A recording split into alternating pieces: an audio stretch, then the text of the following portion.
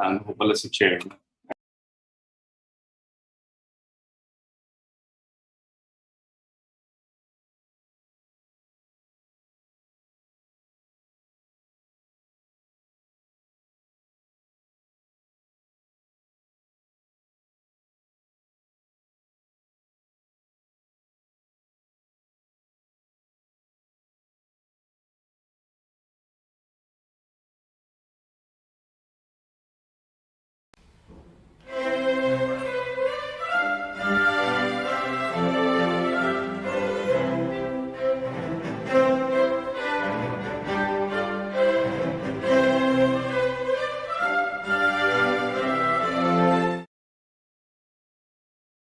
Magandang gabi po mga katipon sa Pilipinas. Ito po ang Ating Katipunan. Muling sumasa inyo mga tagapakinig upang magbigay ng mahalagang impormasyon, magbigay liwanag at higit sa lahat makinig sa inyong mga daing at puro-puro hinggil sa mga problemang patuloy na nagpapahirap sa ating kalagayan at kabuhayan. Sa susunod na oras, sisikapin po namin paliwanag at iba't iba pang bahagi ng ekonomiya, buhay, at ang mga mabibigat na local and international issues na may malalaking epekto sa ating buhay at kinabukasan.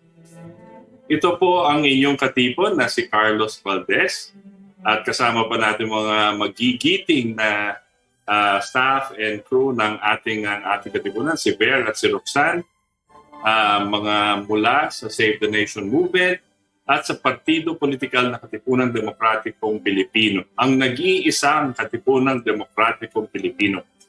Okay? Na nag-aanyaya sa inyo na makibahagi sa ating talakayan at pagsusuri sa mga kasulukuyang problema at paghahanap ng kaukulang solusyon.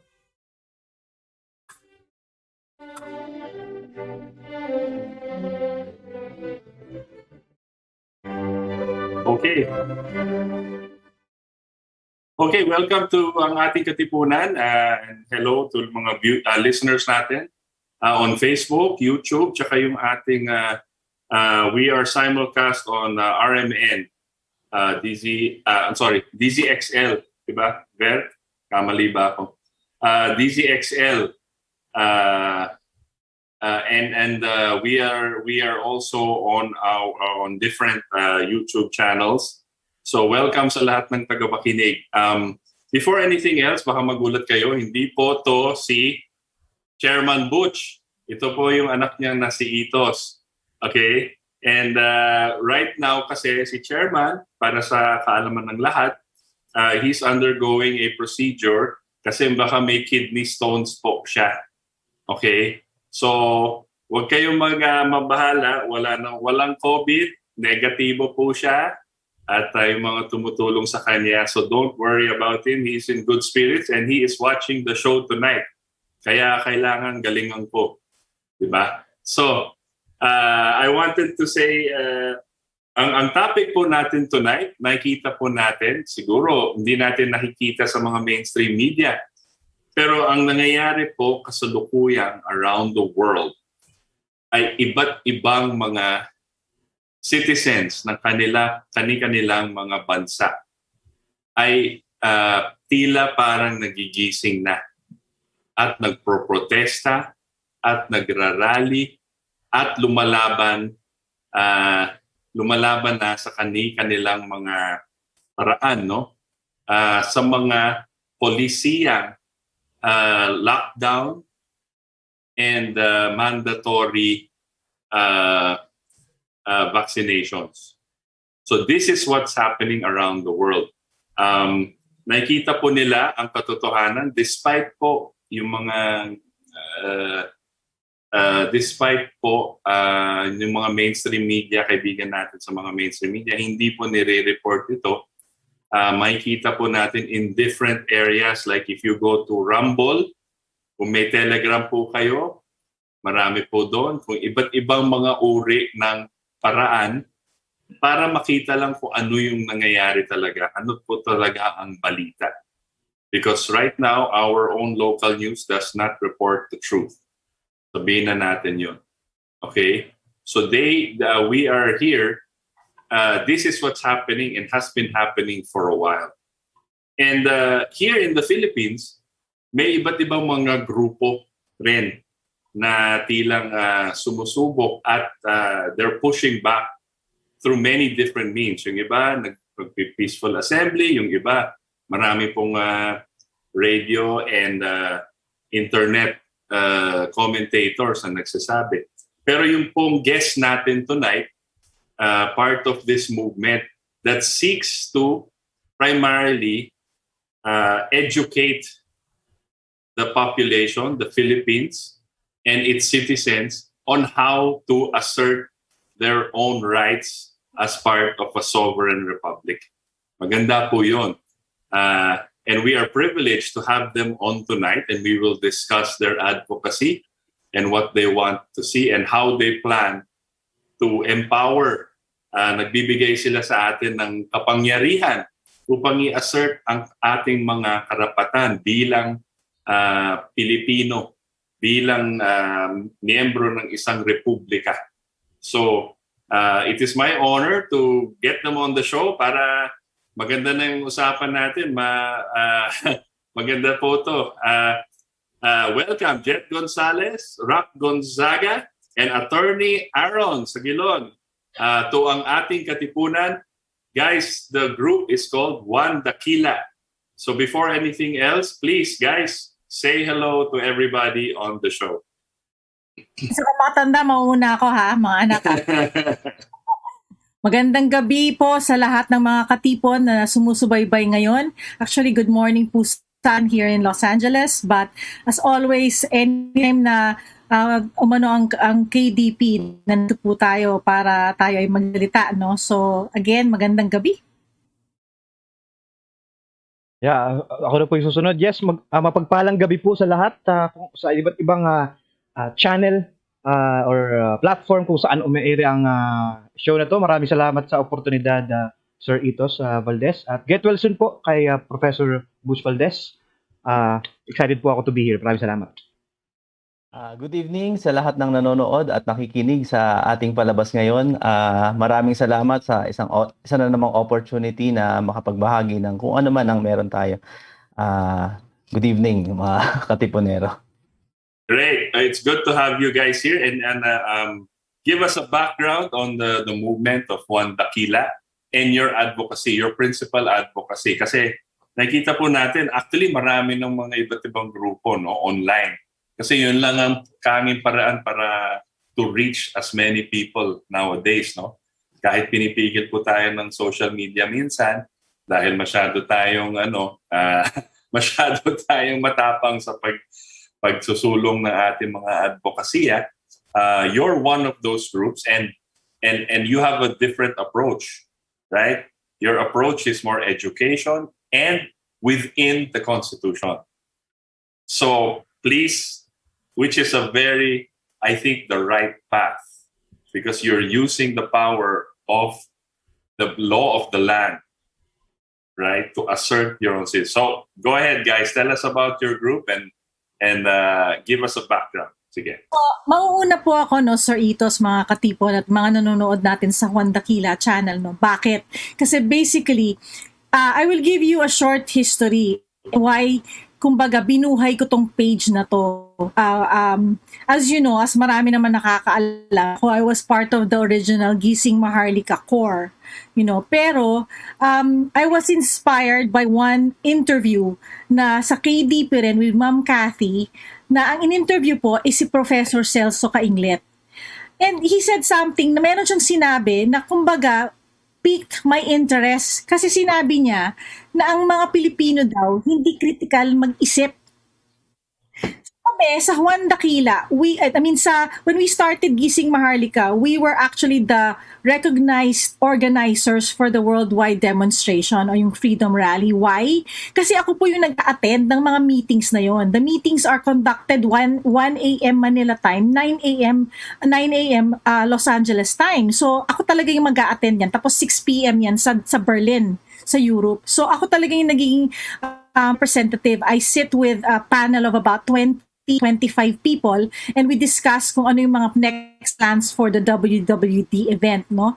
So every time na lumalabas kami from the start of our event nung March 20th hanggang April hanggang July, lumalabas kami pero parang ako personally, may nakita akong Sir Itos, meron ako nakitang kulang.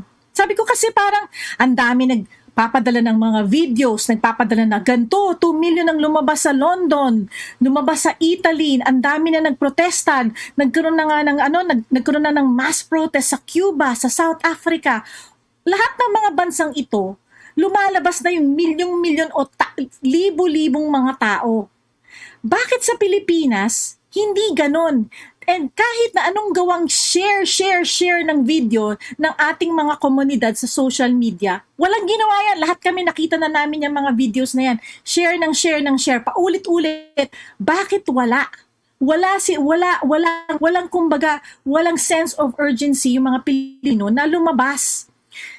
So, ang nangyari dyan, napaisip talaga ako, baka nga merong kulang, kumbaga nag-gap analysis ako. Kaya ang sinabi ko, nung ako'y umalis sa GM Corps, ang sinabi ko lang, kasi gusto kong tumutok sa isang bagay na parang mag-train sa pag-iisip ng Pilipino, based nga kay Professor Celso Cainglet, nung sinabi niya na bakit hindi critical mag-isip ang Pilipino? Sabi ko, baka naman yun, baka yun yung root cause eh. Kasi ako, I was after the root cause. Ayoko lang, Sir Itos, yung parang band-aid fix. Ayoko ng band-aid fix. Gusto ko ano yung root cause. Kasi hindi lang yung paglaban natin nag-uumpisa sa paglabas, di ba? Dahil sa pandemya. Marami pa yan, susunod-sunod pa yan. Ito, nalalapit ang eleksyon, yung mga ganyang bagay. Ayoko lang po personally, yung iiwan kong legacy, ayoko lang iiwan na parang meron ako nakita, pero bakit hindi ako magsasalita? Kumbaga, nag-swak sa amin, kami ni Professor Celso, nag-usap kami na parang, swak, parang kailangan natin, kumbaga, let's go to the root cause. Kailangan, lahat-lahat tayo, we go back to the basics. Paano tayo makikipaglaban? Paano natin paninindigan yung ating mga karapatan? Kasi yun ang parang kulang. Unfortunately also, nung dumating sa buhay namin si Attorney Aaron, kaya ito babaling ko na kay Attorney Aaron nung dumating sa buhay namin si Attorney Aaron, and he started talking about the Constitution, eto na, sabi ko, ito na ang kulang sa ating sambayanan, ang pagbabalik sa basics ng pagtuturo ng konstitusyon at operating within the law. Parang kasi, kung ang mga kababayan natin ay hindi na nila alam mga ating karapatan, parang hindi nila maiintindihan yung ginagawa nating paglabas-labas at pagpoprotesta. Kasi hindi lingid sa kalaman ng lahat. Like ako, sa Amerika, lahat kami, alam namin yung Constitution. Alam nyo naman yung mga Amerikano, di ba? Yun ang bedrock ng kanilang is the Constitution. The First Amendment rights and the Second Amendment rights. Yung First Amendment, talagang freedom of speech yan. So, ang mga Amerikano, talagang alam nila ano yung pinaglalaban nila, yung kanilang Constitution of the United States of America. Kaya, gano'n na lang. Sabi ko, inisip ko, baka naman yun ang kulang sa atin sa Pilipinas. No? Bumalik tayo sa Constitution. So, when Attorney Aaron joined us, nakakita na ako ng way. And so, ever since, nung nag-join si Attorney Aaron about 3.5 months ago, ang nangyari talaga, bawat discussion namin noon, especially ako I made a commitment to Attorney Aaron. Sabi ko, Nak, I promise you, ito lang ang gagawin ko. Magla-live ako, ang gagawin ko lang, tututukan ko lahat ng legal initiatives mo. Ituturo ko lahat ng mga itinuturo sa amin. I will try to laymanize it or gagawin kong kahit na nakakaintindi. Kasi kailangan may follow through Kasi si Attorney Aaron hindi man pwedeng parati yan lumalabas So ang gagawin namin, tututukan lang namin lahat ng kanyang adhikain, lahat ng kanyang initiatives, at saka pagtuturo niya based on a hierarchy of laws, ano ba yung constitution, ano ba yung ating mga karapatan, yung mga basic, no, yung mga basic stuff. So kaya ngayon, nung nangyari yun, nung umalis ako, I made it our core principle sa Juan Dakila. Ang tututukan namin is educating. Educating what? Going back to the basics of the Constitution and the legalities and operating within the law. Bakit? Kasi kailangan natin yun. Kasi if we are operating within the law, walang masasabi sa atin ng gobyerno. Ano tayo? Ma-fake news tayo? Constitution yan So that's why now, I will give the floor to Attorney Aaron because sumusunod lang sa kanya. Yung mga hakbang ni Attorney Aaron, pag merong binaba si Attorney Aaron, boom, susunod kami niyan. Pinapaano lang namin. Ang ginagawa namin, we create procedures, we create, we try to fine-tune kung paano tayo mag-information dissemination based on sa mga sinasabi ni Attorney Aaron. Okay? So, Attorney Aaron? Good evening, Sir Itos. So, bali kasi naging nung Itos lang sumama po, kayo Itos lang po. Ay, Magkasing edad lahat tayo. Ay, oo nga pala. Ay, di yan. Si chairman lang, Chairman Butch. Ayun, si chairman na lang. Itos lang tayo. Doon na lang tayo. Nung sumama po kasi ako sa Gising Maharlika, I've always considered myself as guest, no? Kung saan man ako magpupunta, there's no sense of ownership, no? Pag sinalo lang ako, di go ahead, no? Always welcome to any group. Kaya naman nung napasama ako dito, lagi sabi ko nga, we're coming from a demoralized citizenship. Napaka-demoralized ng mga taong bayan. Kasi in-exploit yung pagiging uneducated, no? Even if nakapag-aral ka but you're not familiar with your own rights, minsan akala mo you're in a better position, pero you do not know that you are alanganin yung position mo. So because we were not born with unlimited resources, kahit ako in my experience, hindi unlimited ang resources natin, no? So we have to be creative. And lagi naman, for example, we are the alternative na mentality, no? Frame of thinking, hindi tayo yung mainstream. Kaya dehado lagi yung situation natin. So we bring the argument always to something basic and so simple na kahit sila hindi na siya magiging argument, no? It's para siyang fact na lang siya, no? Katanggap-tanggap yan even with your enemies. So ganun yung naging diskarte natin. So basically, kailangan ibalik natin sa Constitution because kahit mainstream sila, they recognize that the Constitution is the most basic law and everything has to agree with it.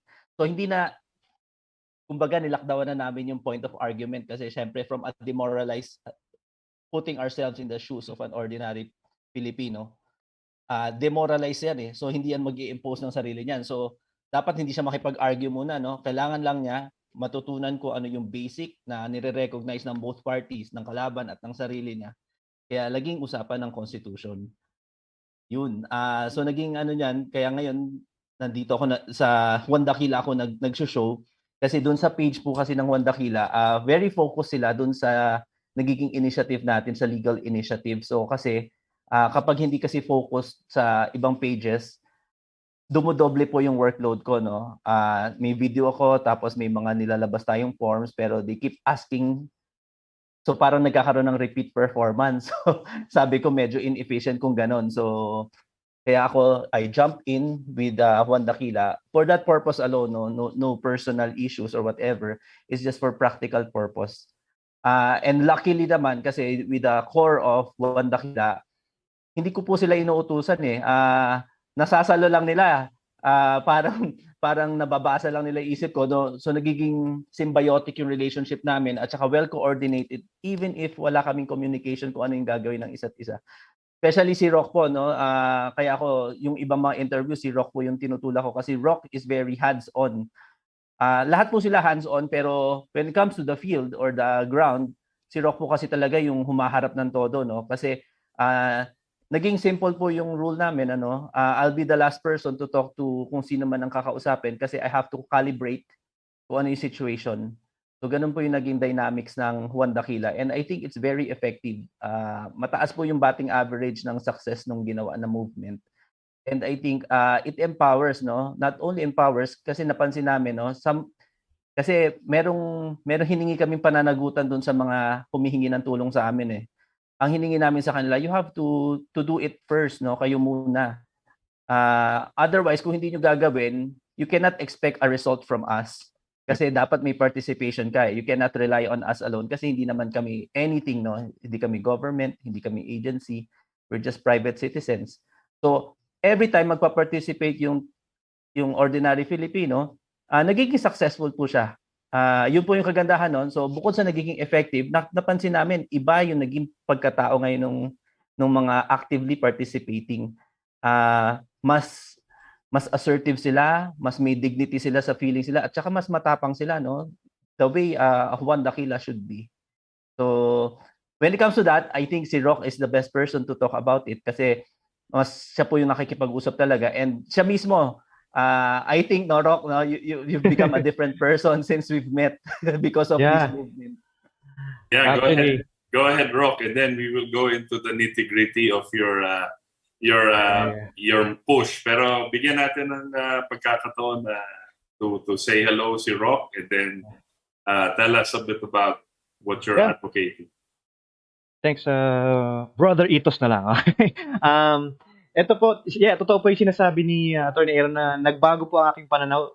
Tulong personal na rin sa akin. Ako din before, I was so naive with my rights based on constitution and all the... Wala talaga akong idea, hindi ko alam ang presidential decree, hindi ko alam ang diferensya ng Republic Act versus isang executive order. Wala po talaga akong kaalam-alam. So, since ito po talaga yung parang ginawa ko na po itong talagang advocacy ako simula nung naging sumali po ako sa Gising Maharlika, and then talagang tuloy-tuloy na po to at aking naobserbahan talaga sa field at sa mga nakakausap natin over the phone na ang na-demoralize po talaga ang karamihan ng ating mga kababayan na hirap na hirap po silang ipagtanggol ang sarili nila kahit alam na nga nila by the book dapat tama sila, hindi pa rin nila ma-execute on how to defend themselves. Kasi the narrative is, kung authority yan, gagalangin mo yan. Na hindi ka dapat sumasagot-sagot ng pabalang sa person of authority. So, ganun po yung naging narrative, which is unti-unti po nating nilalabanan dito sa Wandakila by educating the public. Right, great to hear. Parang ang formidable ng team na to, no? You can see, and ang maganda po, and of course KDP will always support any movement that forces citizens to recognize their rights under our constitution, because that is the bedrock of our nation. Exactly. Diba? Sabi nga ni Benjamin Franklin nga, when they won the Revolutionary War against United Kingdom, Great Britain, sabi nung isang kakampi niya or kaalyado niya, sabi niya, "What do you think, Mr. Franklin?" Kasi siya yung old man na, advisor. Sabi niya, "What do we have now? What do we do now?" Sabi ni Benjamin Franklin, "Well, a republic if you can keep it." Sabi ni Benjamin Franklin. So this is what you have. This is what you fought for. This is what our founding fathers died for. Right? This is what they fought against each other and internal and external enemies of the state, because they fought for that principle that all men are created equal and have the rights, the life, liberty, and pursuit of happiness, just like the Declaration of Independence. So what you're doing now, let's get into the nitty-gritty. So sinasabi nga natin, marami kasi gusto mag-protest, marami kasing lumabas. Pero ang nakikita ko, just to preface this, ang nakikita ko sa mga tao, natatakot rin sila eh. Wala silang, kasi kailangan ko ng trabaho eh. Kasi kailangan ko sumunod. Kunyari, sabihin nila, kailangan mong magpa-V. Ayaw mo naman magpa-V. Paano ko i-assert yung rights ko? Sabi ng employer ko, wag daw ako pumasok. Kung hindi ka namin pinipilit, pero wag ka pumasok, magbakasyon ka na lang kung ayaw mo magpa-V. Diba? Alam na natin po yun. So how do you, the reason I've been following you guys, and Atty. Aaron, Jett, and Rok, is that because you said, look, the way to fight is to educate people. Yes, the sir. way to fight is to educate. So please tell us what the first steps are and what you think you should be, and what should they do. Let's go through this discussion na. Sige, go ahead. I want to start si Atty. Aaron muna kasi siya yung nag-lay ng groundwork. And then kami na yung kumbaga the details. So I want Atty. Aaron to discuss bakit niya ginawa tong groundwork na to yung base natin, 'di ba? Kung ano yung mga ginagamit namin sa yung what we're talking about, yung KSP, yung kakasuhan kita starter pack na ginawa ni, and Rok will talk about the details para maintindihan lang po ng ating nakikinig at nanonood ngayon kung bakit napaka-importante ang ginawa ni Attorney Aaron, and in Rok's words, the genius behind what Attorney Aaron did. So kaya kami nakatutok talaga sa kanya. Kaya kami kahit anong mangyari, hindi kami bibitaw sa mga legal initiatives ni Attorney Aaron kasi ito ang paraan para magising talaga natin ang mga tao. Ito yung aming, ito yung patotoo, how do we fight, how do you make fighting for our rights concrete? How do you make it concrete? Hindi lang yung na fight for rights, kalayaan, karapatan. How do you make it concrete? So ito, I want Attorney Aaron to go first and then we will talk about, Rok will talk about the details and I will i-reject kung ano man. Kasi gawa to nila Rok at saka ng the JD Corp. So Attorney Aaron, please. Okay, wait. Before Attorney Aaron goes, please, where can they find you guys? And where can they log on and find, before we go to the details, para paano, do you have things that you can download from your site, things like that? Where can they find you and how can they get in touch with you first? We will promote this the whole show. Sige. Ako na yan. Juan Dakila. Ako si Juan Dakila. Facebook.com/ako si Juan Dakila. Or simply type Juan Dakila. Makikita nyo na po yun. Meron din po kaming backup page na Juan Dakila. Sa both pages po, makikita nyo sa pinned post or sa pinakataas na post po, makikita nyo po doon ang mga forms, DOLE Circular, at mga Republic Act like 11525. Ito po ay sinalansan na namin doon para hindi na po kayo maghahanap. Ito po ay pinag-isipan na namin at we keep on updating, even open letters. We have para po grave coercion forms, meron din po kami yan. Kung darating na po kayo sa punto na kayo magkasampa na, meron din po kami yan. Lahat po kompleto. Okay. So Juan Dakila, can you spell it? Juan as in... like Juan de la Cruz. Like, Juan de la Cruz. Juan, one word, Juan Dakila. Juan Dakila, yeah. Okay, go to their website. Go to their Facebook page, guys. Pag nakita nyo to. Because we will go through, medyo masalimuot, but worth it. We will go through the different forms that Rok just mentioned. And I want to learn more from it also. So, maganda pong usapan yan. So, while attorney is talking and Jett and Rok will support, you know where to find it. Before it starts also, I know the other JD Corps, si Portia and Janine are watching, so they will be Ayun. Juan Dakila, ipopost po nila sa page ng KDP para diretso na po kayo doon. Tutok lang po kayo kasi parati po kami may mga updates doon. So just and if you send us a direct message, kami po ang nagmamonitor ng, wala po kaming admin volunteer po kami, wala kaming pasweldo. Right. Kami po ang masagot doon personally.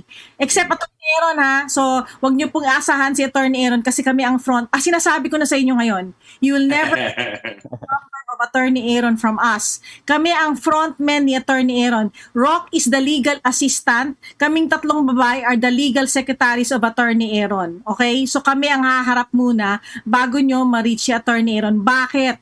Kasi panghuling nating alas si Attorney Aaron. We will only involve Attorney Aaron talagang hindi namin kaya at we feel that attorneys involvement is necessary. Pero yung mga run-of-the-mill questions, kaya ni Roy kung sino-sino na nga kinakausap ni Rok. Okay? So, Aaron.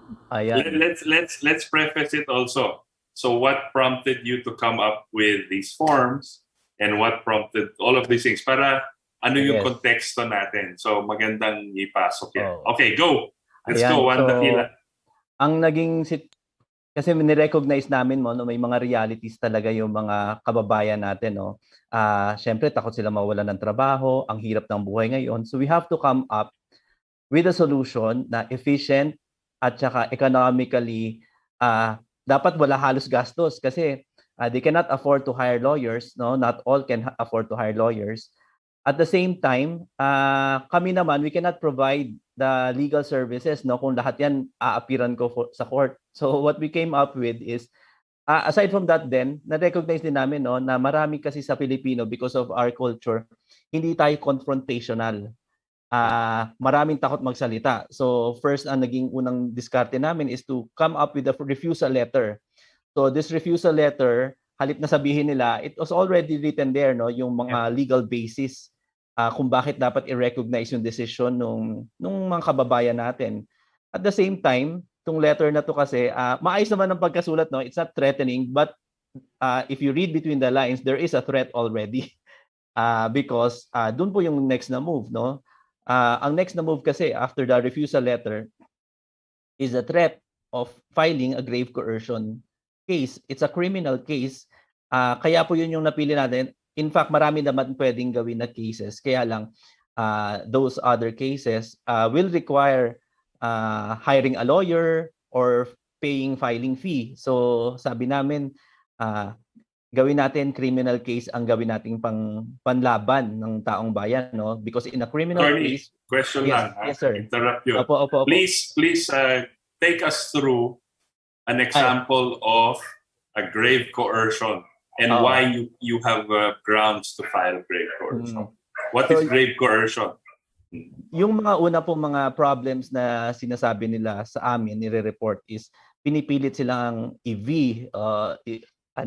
betchinan, no, kung hindi sila pipilitin, kung hindi sila magpapabetchin, itatanggalin sila sa work. So ang nature niya kasi is grave coercion siya kapag nag-refuse ka. So ayun po yung una namin sasabi, kailangan muna nila mag-refuse kasi grave coercion happens two ways. Yung isa, pipilitin kang gawin yung isang bagay na hindi mo gustong gawin. Yung pangalawa is pipigilan ka naman gawin yung isang bagay na hindi naman illegal. And while doing this, they are using force, intimidation, o kaya violence. So definitely, merong intimidation agad. Kasi coming from a government officials, no, authorities, intimidation na kaagad yan, no? If they use the police or the barangay, intimidation yan. Kaya lang, kailangan nilang magkaroon ng refusal para maglapat yung law at saka yung pangyayari, yung fact. Kasi kung hindi maglalapat, kung hindi sila magre-refuse, lalabas na voluntary, no? So kailangan, very important na magkaroon ng refusal para mangyari yung crime. So a grave coercion is a crime, punishable up to 6 years. So kaya medyo mabigat siya. So yun yung dalawang paraan. Either pinipersa ka nilang gawin yung isang bagay na ayaw mong gawin or pipigilan ka naman lang gawin yung bagay na hindi naman illegal, no? So because it is a crime, ang pag-file po nito ay wala pong filing fee. Tapos na-solve din namin yung problem with the lawyers kasi hinahanapan nila kami, asa na yung mga ibang abogado. Bakit sila hindi tumutulong? Ba't nag-iisa ka lang? Ganyan. So ang sabi ko naman, syempre, naintindihan ko rin po yung ibang lawyers kasi syempre realities din po, no, they need to pay bills, may mga binubuhay sila, so they cannot all the time, no, do voluntary works like we're doing right now. Sabi ko, if you file a criminal case, mapapakinabangan niyo po yung pagpapasweldo niyo sa mga public prosecutors kasi syempre sila yung magiging lawyer in criminal cases. So yun, so naging accessible ngayon sa tao ang courts now without even hiring a lawyer. So we just gave them the form, and Juan Daquila, the core, has been teaching them on how to fill up these forms. Tapos they will just go to the prosecutor's office, and then pagdidesisyon na ng prosecutor kung isasampa yung kaso. So ginaguide namin para at least ma-frame yung wordings ng form in such a way na malinaw na meron talagang crime na nangyari. Ang kagandahan din dito, pati yung notary, yung pagbayad sa notary publiko, na-solve din kasi ang magno-notarize po kasi noon is yung prosecutor itself, no? Pero minsan dahil nga sa situation ngayon, minsan close po yung prosecutor's office or in some provinces wala talagang prosecutor's office. In those cases, they will go directly to the courts. And doon, bibigyan naman po sila ng instructions, no? So ganun po yung naging initiative. And dahil sinasabi po namin mataas yung batting average namin because of the letter and because of the forms, siguro mga 95% hanggang 100% nag-aatrasan po talaga yung mga nagko-coerce, no? Yung gustong mag-commit ng grave coercion. Umaatras sila. So walang na-file for the longest time na case because of that. Pero meron ngayon, para silang mga variant, meron na ring matitigas ang ulo. challenge na nila yung mga forms natin. So right now may mga nagpa-file na rin ng grave coercion na case, no? And I think it will prosper because malinaw talaga eh. Sinet up na natin yung situation in such a way na may evidence na agad eh because of the refusal letter. Kaya rin naging important 'yon, no? It will also solve yung pagiging hindi assertive ng Filipino. At least on paper na assert nila yung sarili nila. So yun, so kaya siya naging successful. I think it's successful. So this grave coercion form, you were offering to people to just download it from your Facebook. Sa Facebook ng Juan Daquila. Actually, hindi siya yung form na ginagamit ng lawyer. Inedit ko talaga siya para maging accessible sa public. Kasi nilagyan ko na wala talagang ganun. Yung form, sinunod ko pa rin sa ginagawa ng lawyers, pero ginawa ko siyang most of it checklist na checkan mo which is applicable sa iyo, tapos you will just fill out some blank spaces para mailagay mo yung detalye, and especially yung identity ng mga ididemanda. So ganun din, kaya naman ginawa ko grave coercion kasi if you're going to file cases against public officials na mataas ang ranking, like salary grade of 27 pataas, they will require a different venue for that. Kaya ang utos namin sa mga instructions namin sa mga gusto mag-file, halimbawa, if they want to file a case against the mayor or the governor, they will have to file, gagawin nilang co-defendant si mayor or si governor against dun sa pinapakilos niya na tao sa, the way I call them, the pawns, no? Sila yung mga galamay na itong mga natataas. So itong mga matataas, so tirahin natin sa galamay, demanda natin yung galamay para hindi na makakilos yung head. So ganun po, no? And maganda yung effect po. I wanted to sige, go ahead, Jett, sorry. Just want to interject, no, para sa mga nanonood po. Huwag kayong mag-alala. Kami po ay nandito sa Juan Daquila. Yun po ang trabaho na pinangakuan namin at naging commitment namin with Attorney Aaron na tutulungan namin ang lahat ng mga tao na talagang to go through this process kasi mahirap talagang intindihin. Hindi porket kayo ay let's say merong nagsabi sa inyo bawal na ganito tapos walang krimen naman ang nangyayari, sabi kagad nila hindi, grave coercion yan, grave coercion. Tricky po ang mag-file ng grave coercion. So kami ay nandito para tulungan kayo on how to fill up the forms. Tsaka hindi, ang ginawa ni Attorney Aaron, ito talaga para maintindihan ng lahat kung bakit ako personally, I personally made a commitment to Attorney Aaron kasi yung oras na ginugol ni Attorney Aaron dito, there are 8 different grave coercion forms, Itos.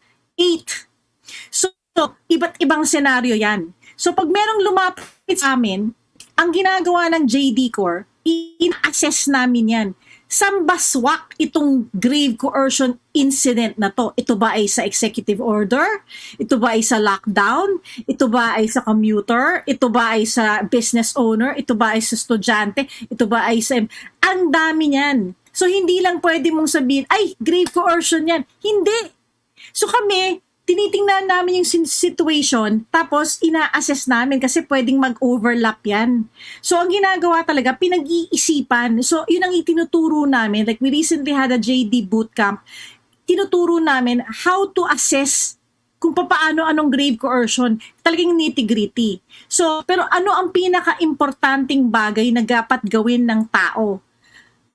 Kailangan ng una, like sinabi ni Attorney Aaron, kailangan meron niyang krimen na mangyari, which kayo ay kailangan tumanggi muna.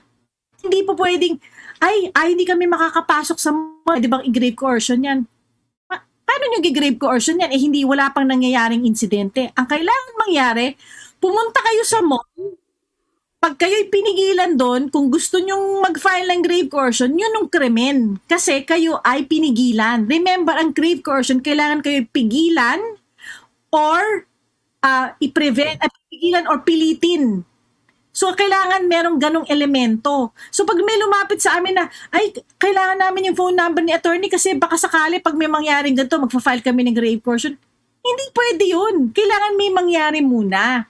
Hindi pa pwedeng hihingan yun lang kami kasi kunyari may grave coercion kayo, magsasampa kayo, hindi pa pwedeng si Rocco, kausapin nyo, hindi pa pwedeng ang krimen is going to be personal. Kailangan mangyayari yun sa inyo. Hindi po pwedeng mangyayari kayo tapos mag-file kayo ng grave coercion. Or sasabihin nyo, ito pinipigilan ka, pinipilit ka magpabetsin, kausapin mo. Hindi po pwedeng gano'n hindi gano'n ang criminal case. Right. Kailangan yun mismo mangyari. So pinapaliwanagan ko lang para kasi baka maguluhan ng mga tao. And also, Right. again, lahat ng ginawa namin nasa Juan Daquila page.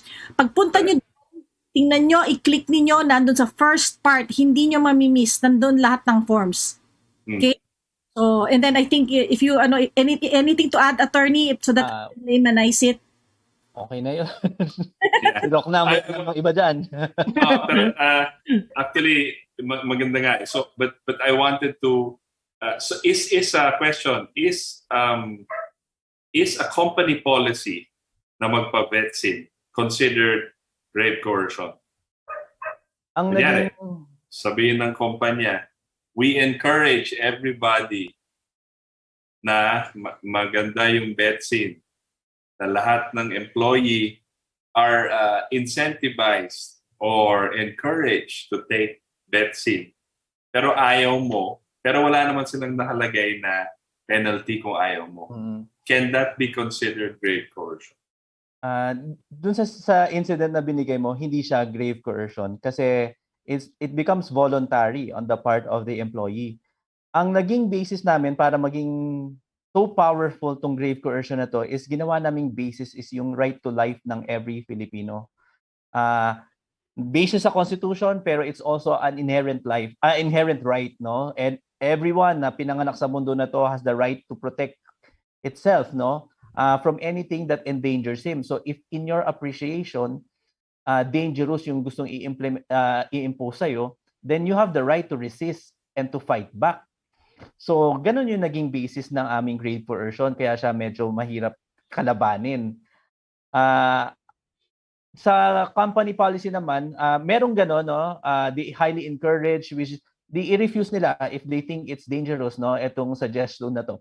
Pero meron po kasing iba, these companies, ang ginagawa nila, hindi namin kayo bibigyan ng schedule for work, or you're not allowed to go to work or to report.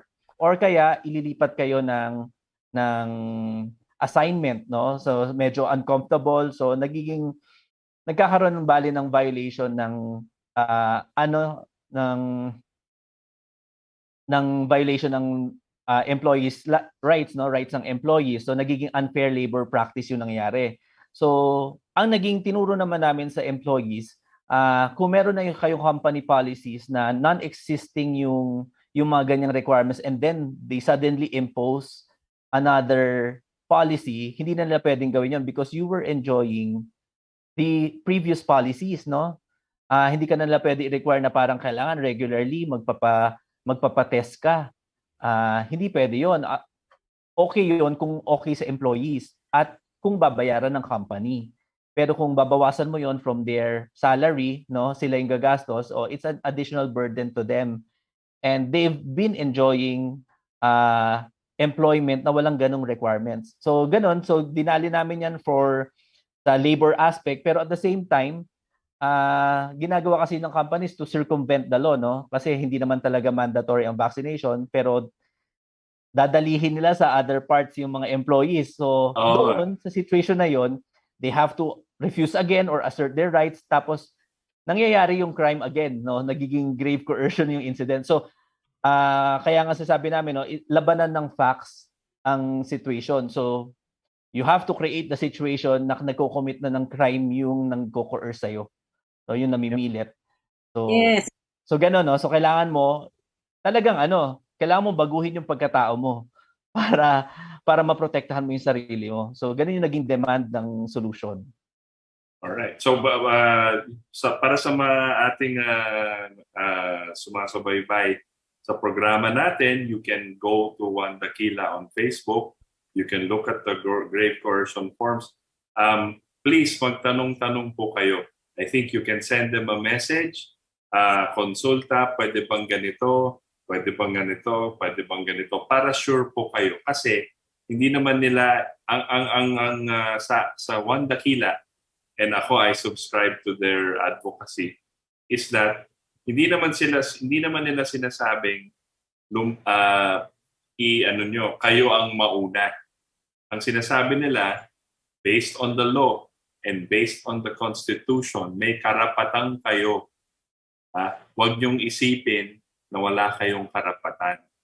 As citizens of the Republic, you have the rights. And if they force you, you can use the Constitution and the law against that. Yan ang panangga nyo. Diba? Yan ang sinasabi nila. Exactly. I want to move on, Jett, to yung RA. Let's go through that RA, and then let's discuss this. Pero narinig ko kasi kayo sometime na discussing this Ito yung RA, 1125? 11525. 11525. Okay, let's go through it para magandang usapan yan. Yung dalawa yung dalawang guys. Attorney Aaron and Rok, go. Okay, let's do it. Go ahead. Okay. So, RA 11525, actually, Attorney Aaron was the one who introduced this to Gising Maharlika nung kami ay nag-show pa na ang konstitusyon with Attorney Aaron. So, nung nakita ko siya, and then, nabanggit ito ni Attorney Aaron. So, but I didn't want to, parang agawin ko yung light kay Attorney Aaron kasi he was talking about something else. But the following morning, when inabsorb ko munang mabuti, oh my God, ito yung hinahanap natin. Ito yung hinahanap natin. And then I cascaded it right away to a lot of people. And then, magandang maraming hits din. Naka 40,000 views yata yung short video na ginawa natin. And then, pinagpa-print ko ng marami yung mga tao. Pinagbibigyan ko sila sa daan. And then, nag-live ako. And pinakita ko sa mga tao kung paano nila ito ipoposition. Basically, ang sinasabi lang naman ng Republic Act 11525 para sa kaalaman ng lahat, sa mga bago, sa ngayon pa lang po narinig yung Republic Act na yan. Ito po ay effective immediately February 26, 2021. Ang sinasabi na hindi pwedeng gawing extra requirement ang vaccination card for education, employment, and other government transaction purposes. So when I saw that, yun na talaga. Contextualize natin. Yeah. Yung RA 11525, ito yung Republic Act na nagbibigay ng, ito yung law prevailing the COVID response. So, yan mismo yung ginagamit, ini-employ ng government natin para sa vaccination rollout nila. So, dun din mismo sa law na yon sinasabi na hindi siya mandatory requirement. So kaya siya naging hit, no? Kasi yung law itself na ginagamit nila against us can also be used against their violation, no? Against their grave coercion. So yun, so doon pumasok po yung initiative ni Rok, no, to disseminate the information at hindi to matanggihan ng mga people from the government kasi yun talaga yung basis ng rollout nila. So doon mismo sa ginagamit ng basis, meron pala silang restrictions. And hindi to pinaalam sa atin ng mainstream media. Ang ginawa ng mainstream media, they highlighted different parts of the RA na nag-empower ng rollout pero not the provision which prohibits the mandatory requirement, no, the additional mandatory requirement of the vaccination card. Okay. So in short, attorney, they're not supposed to require anybody to have a vaccination card or to show proof of vaccinations? Ganun ba sinasabi natin? Yes. In fact, nandoon din sa law na yon lahat ng violations silang ginagawa na dapat nila tinutupad, no? So kaya nga pinupush namin sa lahat ng nanonood or nakikinig sa amin na you have to visit the law itself, no? The Constitution, you have to read it. RA 11525, you have to read it as well and understand. Kasi not just the vaccination card, pero pati yung monitoring, mga ganyan ng mga vaccine. And the fact that it is still in experimental stage, no, it is not a cure. Nandun mismo sa RA na yon na vaccination is not a cure. Yeah. Sila mismo nag-admit niyan. So you mean vaccination. Vaccination, I'm sorry. The vaccination is not a cure, no? The vaccine, hindi siya cure. So yun mismo nandun mismo sa law, no, sinasabi nila. So very kabaligtaran ng sinasabi nila publicly, no, ng PR nila, ng social media accounts nila, kabaligtaran na as if it's a solution. So in the law, parang they didn't push it as far as they wanted to because they knew it was illegal. Can we say that? Because parang hindi sila, they held back by saying, parang nag-insert din sila, hindi nyo pwedeng gawin to. Sa Pero ito appreciation gagawin. ko, kasi masyadong magiging malinaw na violative of the Constitution yung RA na Right. yun. If they push it sa law. So what they did is, parang tinircumvent nila, no? Sige, gawin natin consistent with the Constitution yung law. Pero in actuality, sa execution nito, saka natin i-push yung mga against the Constitution, which is happening. So ganun yung nangyari, no? Sa execution nila, tinira yung tao. Pero sa law, sound naman eh. So far, sound naman dapat kung sinundan. Right. Pero yung sinasabi nilang, inamin na rin nila na ang vaccine ay experimental lang. Yes. Pero very different from what they're saying sa social media nila and sa advertisements nila. And the marketing of the Department of Health and everything else. And sabihin na natin, yung mga kaibigan natin sa mga malalaking pharmaceutical, di ba? Yes. Iba yung minamarket nila, kailangan ibenta nila, kailangan tapos sinasabi nila vaccine saves lives. Di ba? Which is not true. Which is not true. And they have to admit that it is an experimental vaccine. Yes. Di ba? Yes. So that's a big thing. Maano yun That's yun ang mga, kasi yung mga tao ngayon confused na eh. Di ba? Di ba po? So what other features of RA 11525, is it the right number, should we talk about here, Attorney and Rok? Ako, gusto ko lang isingit yung bukod dun sa experimental and hindi siya mandatory, yung sa Section 12 din, may part doon na sinasabi na ang vaccination card is intended to be digital. It's just a paper card at the early stages of the rollout to cater to everyone. But it's intended. So the QR code is, may evidence na po tayo niyan na yun na po talaga yung pinakasilbi ng QR code. So wala na po pwede mag-deny nun. It's there. It's even there in our Republic Act 11525. Doon din, I will add, no? Nakasulat din sa Section 12 na yon na the vaccination card cannot be an additional requirement. Yung una sinabi ni Rok, education, employment, and yung pinakamahalaga, yung pinaka-blanket is government transactions. So ito po yung nag-solve ng lahat ng issues nila, no, sa pagtawid sa inter-province na crossing. That's a transaction because lalo na kung gumagamit ka ng airport or ng seaport, so may mga resibo yun eh. That's transaction already. So yun yung naging blanket. Kaya lang siguro nga kailangan maging critical reader talaga ng mga Filipinos para makita nila na may blanket pala doon na provision na can be used, no, against those who coerce people, no, especially kasi very inconsistent yung mga government agencies, no, ang LGU at saka national, different provinces kanya-kanyang pero one thing is it has to boil down that it has to be consistent with RA 11525 and it has also most especially be consistent with the Constitution. So hindi sila pwedeng magpataw ng mga executive orders which are inconsistent with the law, the national law, which mandates yung sa rollout, no, which implements the rollout. So yun without this information at kung hindi alam ng tao, talagang mabibiktima talaga ng mga public officials. Attorney, I wanted to ask you to elaborate on what you meant by the blanket provision and the receipts.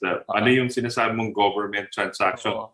Kasi for a non-lawyer, I want to know ano bang konteksto niya. Oo nga, sorry Okay lang.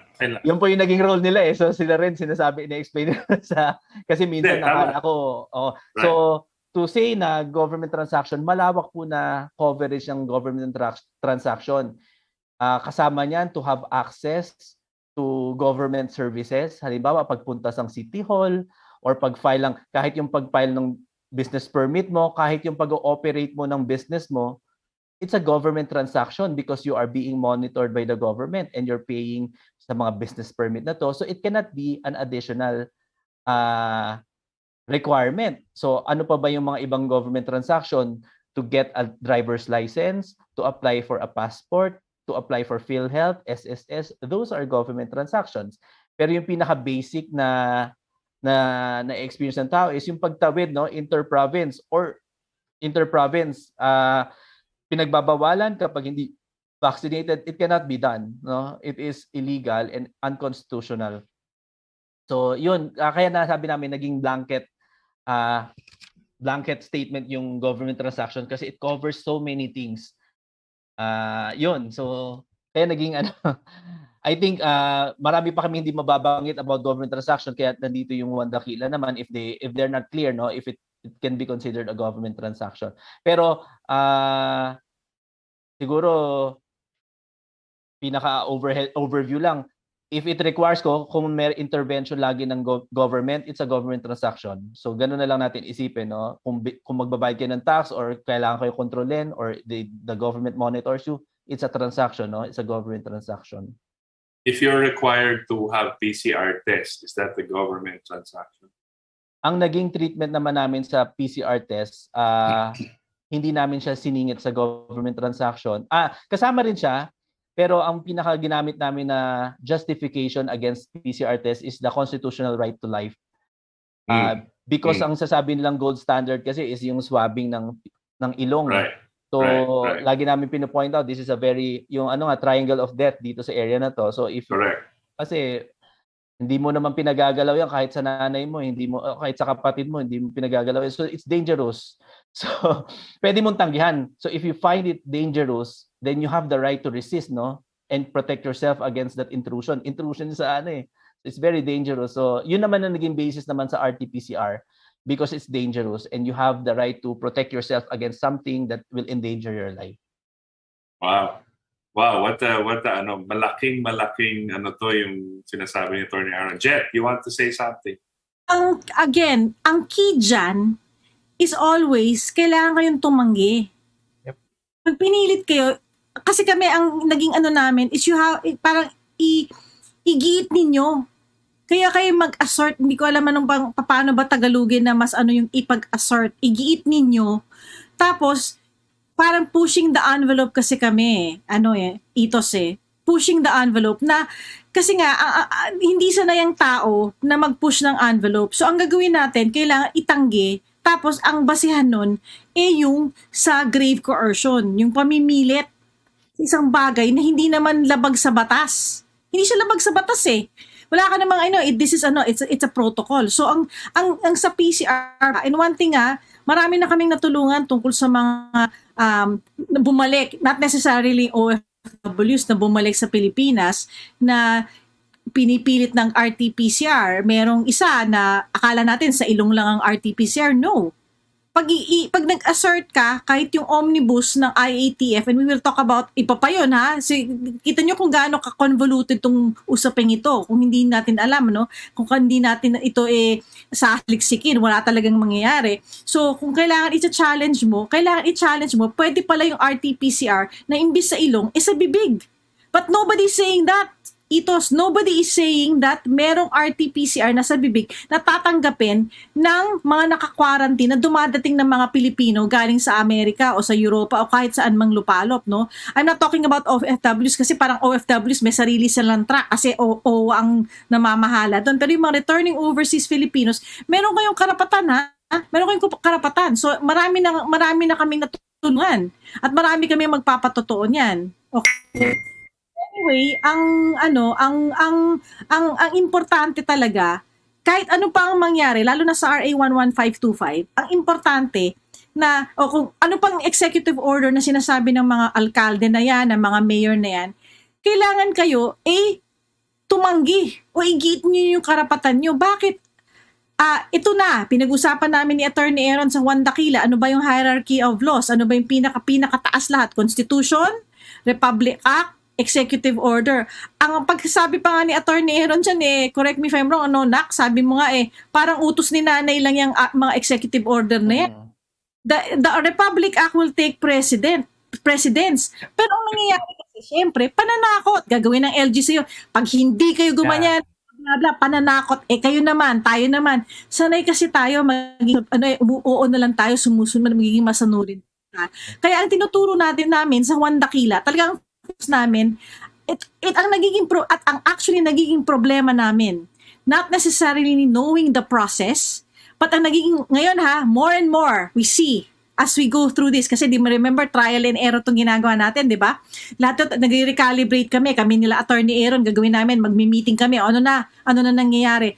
Ang nakikita talaga naming problema, ang kapasidad ng ating mamamayan na mag-assert, tumanggi, kasi takot, kahit nandiyan na si Attorney Aaron is already talking to them na, huwag kayong matakot. Nandito yung RA 11525 and dyan yung grave coercion. Wala at meron tayong pwede nating kasuhan yung mga takot ang nananaig. So kailangan natin, how do we overcome that fear?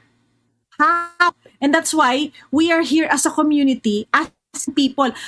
Kaya kami, we are empowering yung mga committed na Juan Dakila na talagang gusto nila on the ground. Kasi marami sa atin wala sa social media, wala sa Facebook. Empowering people on the ground na para tuturuan o para i-encourage, i-share namin. Imbes na mag-share kayo ng videos, i-share ninyo yung katapangan ninyo. I-share ninyo yung knowledge niyo about RA 11525. Ito ay batas. RA 11525 is a law. So, rather than sharing videos, ikot yung mga videos na yan, pati kami pinapadala ng videos, i-share natin yung ating knowledge, ating katapangan. Kung pwede nga lang namin isalin yung katapangan ni Rok, gagawin namin. Kung pwede lang. Right. Well, that's awesome. Ang ganda ng spirit ng grupong ito, no? Juan Dakila. And it's, I have to emphasize, gustong-gusto ko to kasi Constitution ang gamit panangga.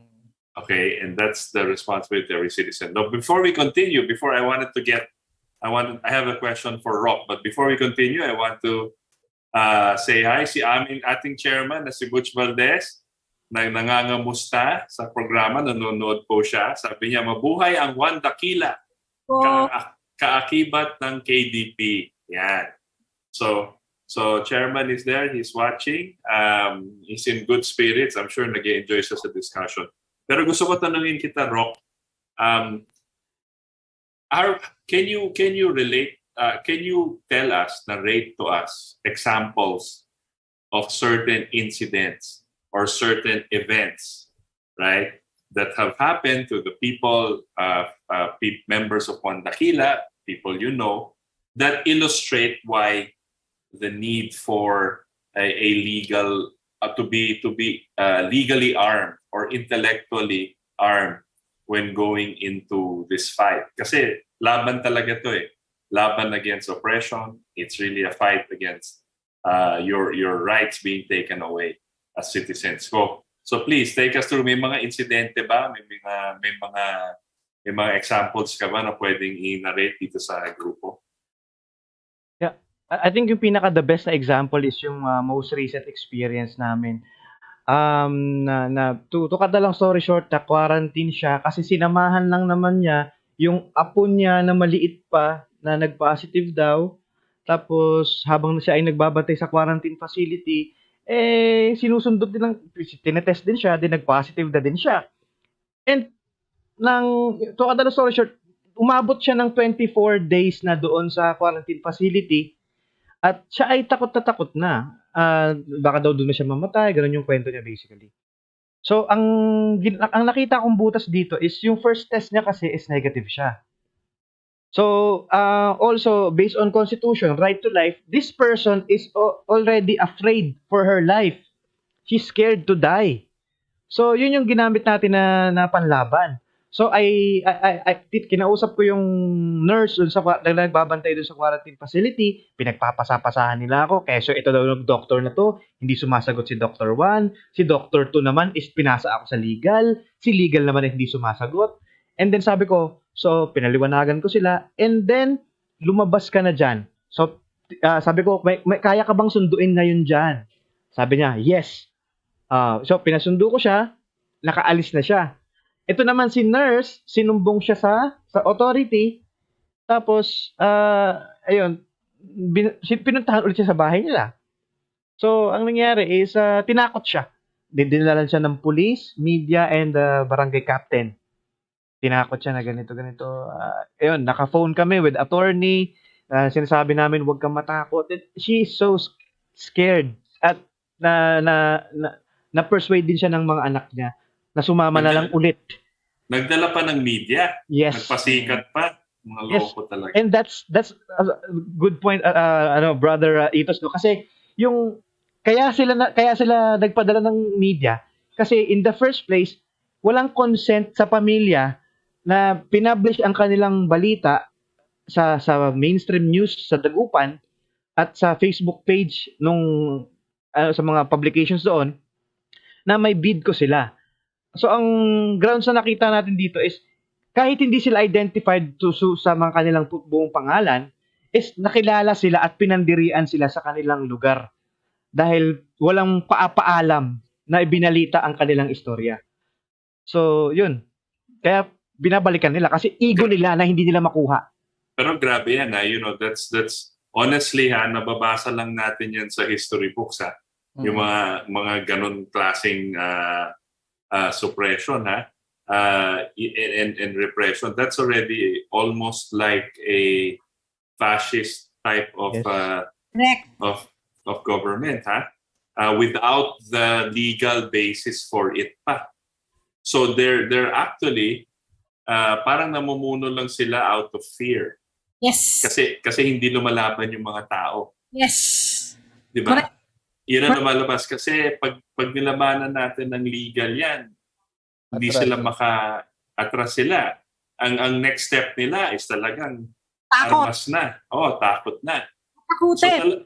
So they are only being able to do that because of fear ang mga kababayan natin at natakot. Correct? Correct.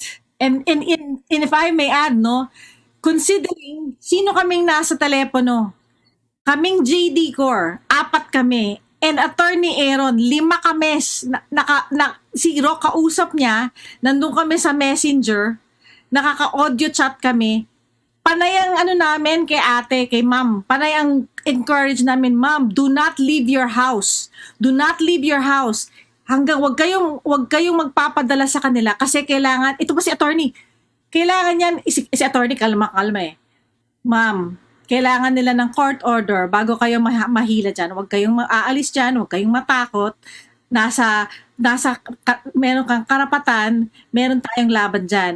Kami pa, alam na namin yung mga kasuhan namin. Kasi alam na namin ang mga nilabag ng batas ng barangay na to, no? Alam na namin. Kaya sabi namin, wow, wala kang kasong to. Pag ito binalikan namin ang kaso, tapos sila. Kaya si attorney, na kami. Kasi sabi niya, maganda yung kaso namin eh. Ito naman taga si Rok, talagang super supportive siya sa ating kababayan. Ano to ha, if I may add, hindi sa nag-aano ko kami ha. We are a volunteer group. We are a volunteer group. Walang sweldo sa amin. Attorney Aaron is pro bono. And yet, we were doing this because this is exactly why we are doing what we're doing. Kasi, ang dami sa ating mga kababayan, natakot. And so, we were on the phone to the very last, talaga. And Rok was talagang encouraging si ma'am. Para lang talaga, bigyan siya ng lakas ng loob. Pero unfortunately, may mga bagay talaga na kahit kami, kasi ang galing ng pananakot nila eh. Pananakot nila, ano ba, Rok? Ano yung pananakot nila, yung linya nila? Ay, mga taga-Manila. Sabihin. Yan. Sasarhan sila. Ang layo-layo ng mga taga-Manila yan. Anong magagawa niyan? Yeah. And I think ito yung naging problem. Kaya ang mga Pilipino mabilis mabiktima because we do not have a solid understanding of our rights, our constitutional rights. Kaya lagi naming problema talaga. May sinabi lang ang Pangulo, may sinabi lang isang congressman, natataranta na naman ang mga Pilipino. Pero once they have a complete understanding of their constitutional rights at kung paano dapat tumatakbo ang proseso at ang gobyerno at ang batas, hindi dapat silang natatakot. Kaya lang yun yung challenge. Kaya nga sabi ko nga ever since, lagi kong homework sa mga tao, basahin ang Constitution. Basahin nyo ng basahin. Hindi nyo naman naintindihan ng first reading, no? Araw-arawin nyo, habang nagsi-CR kayo, nagna-number 2 kayo, matatapos yan. Hindi siya mahaba. Napaka-iksi niya lang. Kahit simulan nila sa provisions na mga pinagtuturo namin. Kaya lang, may katamaran kaya natatakot. Dahil kung naging masipag sila at inalam nila yung rights nila, there's no reason para matakot sila eh. Kaya lang yun ang challenge natin. Walang solid na understanding ng karapatan, ng sariling karapatan. Kaya naaabuso. Which is sad because ang konstitusyon, yun yung parang pinakabasehan ng document ng buong republic natin. Di ba? And the Constitution is not reserved for lawyers to interpret. The Constitution was made for all citizens. Actually, ang sinasabi ko nga, it's a social contract. Kontrata natin yan sa isa't isa. Kontrata natin yan sa gobyerno, no? Kung paano lang sila magfa-function. At kapag nilagpasan na nila ang function nila, ay dapat na silang pigilan. So, sabi nga ng mga tao, pati in history, yung mga founding fathers ng US, the Constitution is a document that defends the citizens against its own government. Yes. Not for the government to abuse its citizens. Exactly. The Constitution is made for the citizens. Tsaka dapat maintindihan ng taong bayan na ang tanging mas mataas lang sa Constitution ay yung tao mismo. Ay nakasulat na yun sa preamble, no? So if they decide to, kasi wala nang rumerespeto sa gobyerno and they decide na buwagin natin tong kontrata na to, wala naman sumusunod, no? And we'll make another contract para lalong mas maging mas stricto tayo sa ginagawa ng nasa gobyerno, pwedeng gawin yon ng taong bayan. Pero itong nasa gobyerno, kasi dapat maintindihan ng mga taong bayan na they should be working within the confines of their sworn duty sa Constitution, no? Meron po silang job description. Hindi sila pwedeng lumagpas doon. Lahat ng gagawin nila na lagpas na job description nila, considered it as invalid. You don't need to respect it anymore. Kapag lagpas na sa duties nila, sa job description nila. Parang yan let's say nag-hire ka ng janitor tapos nagmagaling na sa iyo kung paano paggagawa ng documents mo or pagsusulat sa kliyente. Hindi niya trabaho 'yon, no? You can disregard yung mga ganun. At kung alam mo yung job nila, hindi ka matataranta, no, if they make pronouncements na wala sa capacity nila, wala sa power nila. So, sana maging yan ng mga nanonood sa atin na you have to learn the Constitution para alam nyo yung job description ng mga tao na pinakikinggan nyo sa mainstream media and alam nyo na hindi dapat kayo mataranta sa sinasabi nila. Correct. Pero actually, guys, Juan Dakila, ang daming comments sa page namin. Tapos ang daming mga rin na makonsulta. So, siguro by mga 8:30, pwede na tayo magbasa ng mga comments and then you can answer them. Kasi maganda to, magandang usapan to. There's one more thing you want to bring up, Jett? I don't know if you're able to go through yung aming KSP. Yun pala, I wanted to ask you, before we go to the questions, we have about 15 minutes. Please talk to us about KSP. Ano ba yung KSP na yan? Alam ko, ano ba yan di ba? Pang-artista lang yun ng mga KSP na gusto maging presidente. Pero, ano ba yung KSP? Yeah. Go Rock! Go Rock! Go Rock! Alright, so itong konsepto ng kakasuhan kita starter pack or KSP is napagkatuwaan lang namin. But nakakatawa ang kanyang title. Pero ito po ay packed with ating mga karapatan. At pag meron ka nito, kumpleto na ang iyong ang pakikipaglaban sa iyong karapatan. Kung patungkol lang din naman sa pandemic, ito na yung hinahanap mo. Ang laman lang naman ito is DOLE Circular or DOLE Memorandum. Yung nagsasabi na no discrimination, no termination, walang dapat discrimination sa tenure, pay, promotion, and lahat ng klase ng discrimination bawal. At si DOLE may respeto rin sa ating konstitusyon, so ito ay consistent sa ating konstitusyon. At of course, ang RA 11525 na napag-usapan na natin kanina, kasama rin po dito. At yung number 2 na laman nito is yung pamphlet or ang ating flyers na tinranslate po sa Tagalog ng aming napakahusay na JD Core na si Teacher Janine. So, tinagalog na po para po mas madaling maintindihan ng ating mga kababayan. At dinagdag na rin po natin dito yung Republic Act 11525 para po meron babasahin. Kung gusto natin mag-educate, kahit nasaan pa sila, wala silang internet, meron para sa kanila. Parang nung araw lang nagbabasa ng comics, parang booklet type siya eh. Meron po kami yan dyan, printable.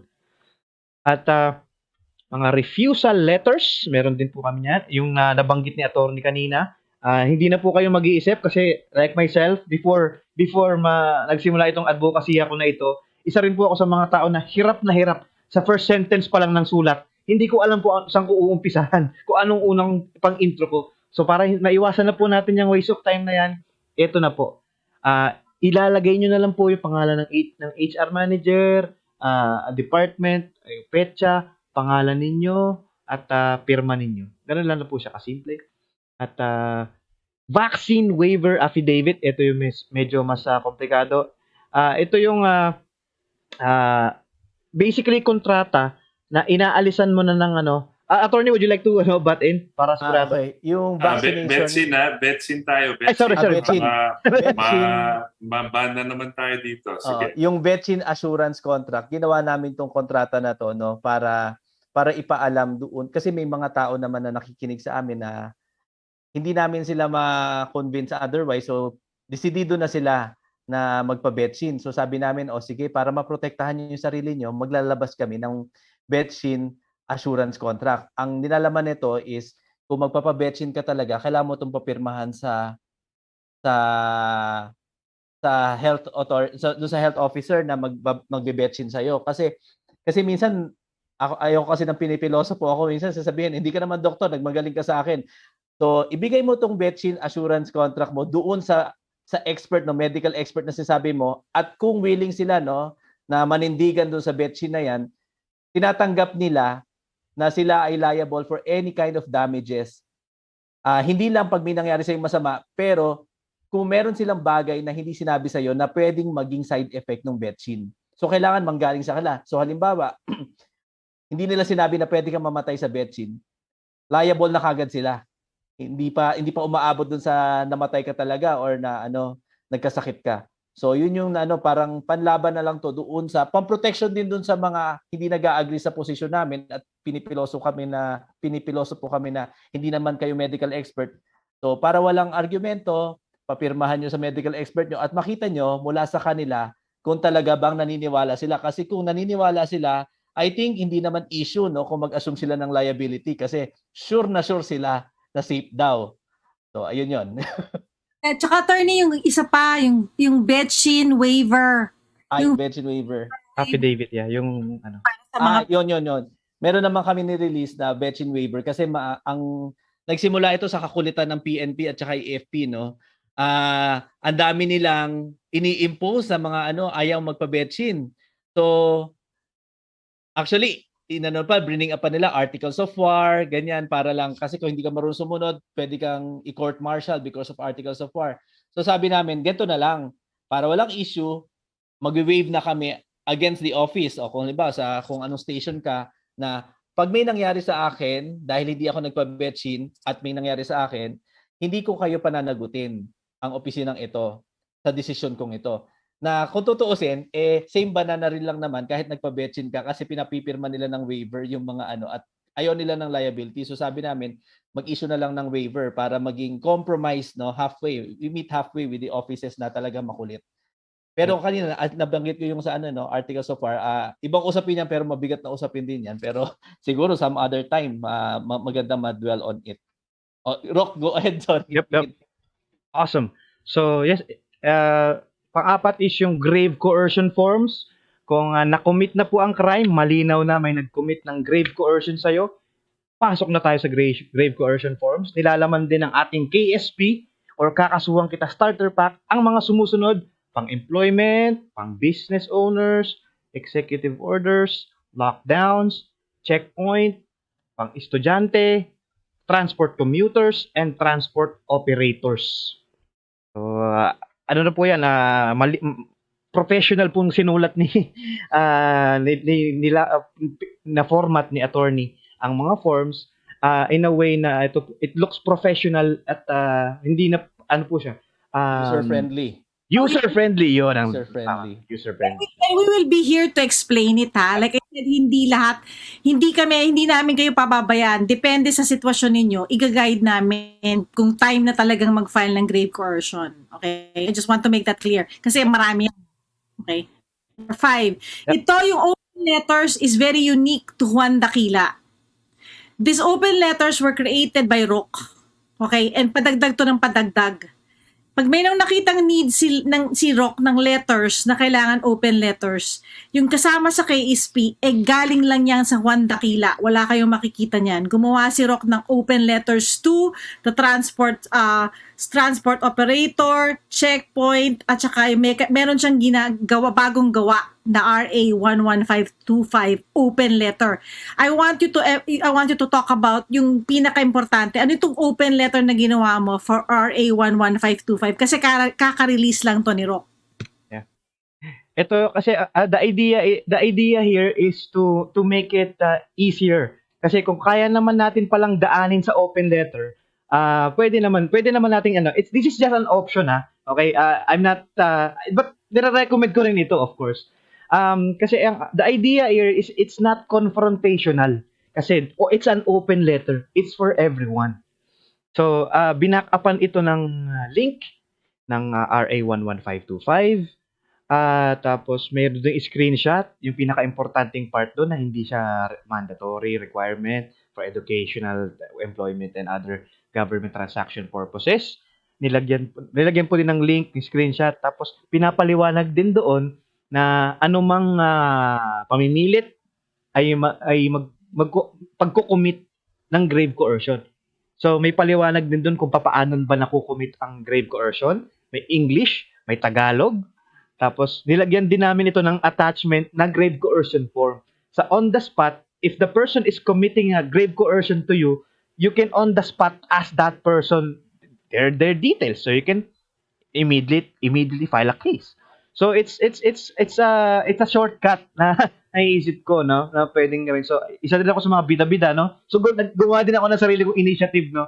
At meron din akong ginagawa na for transport operators or basically for land transport sa mga tricycle driver. Yun yung inspiration ko, yung mga tricycle drivers dito sa amin. So actually doon ako na medyo nakalaboso ako, napuntahan ako ng police.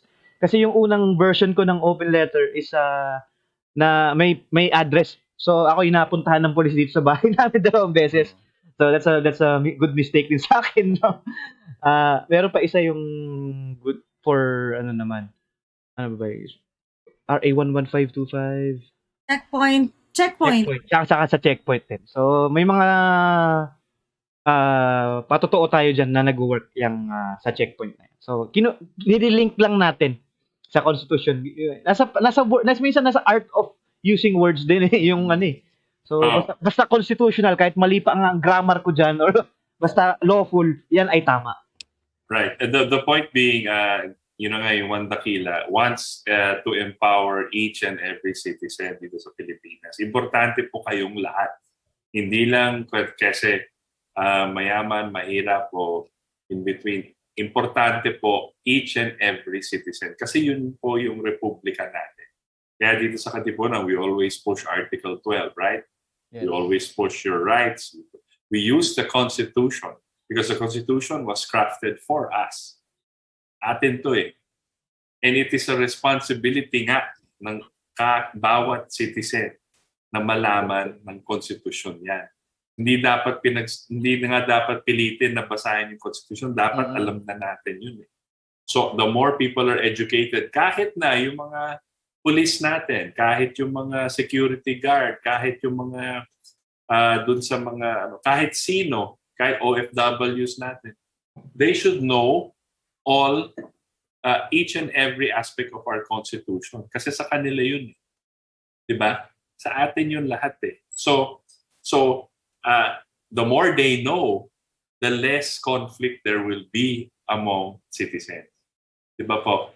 Exactly. Because none of them want to break. Minsan, yung mga trabaho lang nila yun diba? Pasensya na.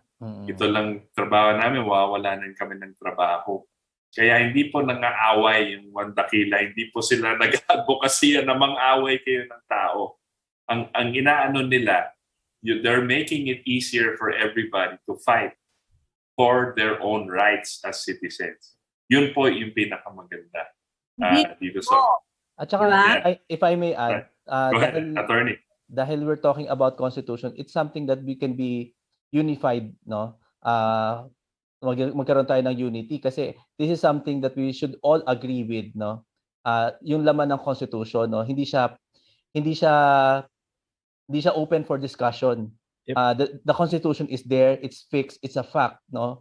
Hindi siya parang babaliin natin para i-serve yung purpose ng isang politiko or isang agenda. The constitution is there, available sa atin, and we should be unified sa contents nito. And sabi nga ni Itos, no, it was made for us, to help us and to protect us. Okay. Any last minute before we go read the Pero we will give you also a chance at the end of the show to again promote One Dakila. And of course, kasama tayo sa laban na to. KDP is with you guys with this fight because I think it's one of the turning points dito sa ating kasaysayan, guys. Ako, ganun ang iniisip ko talaga. Turning point to sa kasaysayan ng Pilipinas na and there will come a time in the future, natapos na tong laban, lahat ng tao alam na yung Constitution, we will look back and say, look, this is the group that helped educate our citizenry. Ganun ang so, but before we read the text messages, any last thing you want to promote, Jett? Meron pa bang last dun sa other than yun na ba yun? 5 lang ba yun? hindi ko rin memoryado kung nasa yung last is just check our page. So, nasabi na natin kanina. So, anyway, before we comments again, just check our page sa One Dakila. People are asking about the KSP. We'll talk about it mo, no? Kasi hindi pa hirap basta-basta mag-release ng isang norms without understanding. Kasi mahirap na makalat tayo and it reaches wrong hands at ma-misinterpret nila yung mga forms na yon. Kaya we are very careful. So, last to say, we had our first One Dakila boot camp. Ano po yung boot camp? Hindi get together. Hindi lang get together. So we had fun. There's no doubt. We had our laugh. People had their laughs. People had their fun. Pero what happened in the One Dakila boot camp? Matinding training sa mga taong committed in this advocacy of educating people on the ground, hindi sa social media. Kasi pag sa social media tayo, natatalo tayo, marami po, based on our experience, no, marami po tayong mga kababayan na hindi naaabot ng Facebook, hindi naaabot ng social media. Even nung nag-flyering noong September 18, isang kahabaan ng street lang Baclaran, 100% walang may alam kung anong RA 11525. 100%. Can you imagine? 100%, isang street lang yon sa Baclaran. So imagine niyo yung grupo ng mga tricycle drivers doon sa Batasan Hills sa Quezon City, sa Caloocan, sa mga purok sa Davao, may mga lumabas na EO. Anong gagawin nila? Wala silang alam sa RA 11525. Can you imagine na wala silang access sa social media? So ang hinahanap namin sa One Dakila ay ang mga committed na mga Juan at Juana na kaya nila on the ground, kaya nila ipakalat ito sa mga tao. Na hindi lang tayo nasa social media na i-share kasi nga hindi yun ang I'm sorry po pero ang sa namin wala po sa social media. Ang mga kababayan po natin na mahihirap na wala silang access, wala silang pambayad na nga sa kuryente, sa tubig, pagkain nila. Bibili pa ba sila ng data para mag-access sa Facebook? Wala po doon. In Dasmariñas, Cavite today, walang may alam. 100%. Kasi nagpapa-stream kami ng mass, walang may alam sa karapatan nila. So can you imagine? So kailangan namin ay yung mga talagang dedicated. Ito ay bootcamp on the training on paano natin ma-help spread the news and educate talaga ang ating mga kababayan. Walang iwanan to. Hindi tayo may mga social media. Walang iwanan. Kahit yung ating mga kababayan, akayan nito. Lahat dapat akayin natin ang ating mga kababayan na may na wala sila hindi to ang focus nila ethos this is not their focus. Kailangan nila magtrabaho, kailangan na lang kumayod, kailangan na lang pagkain. So hindi tong focus nila. So kailangan nating tulungan sila. So walang iwanan sa one dakila. So we need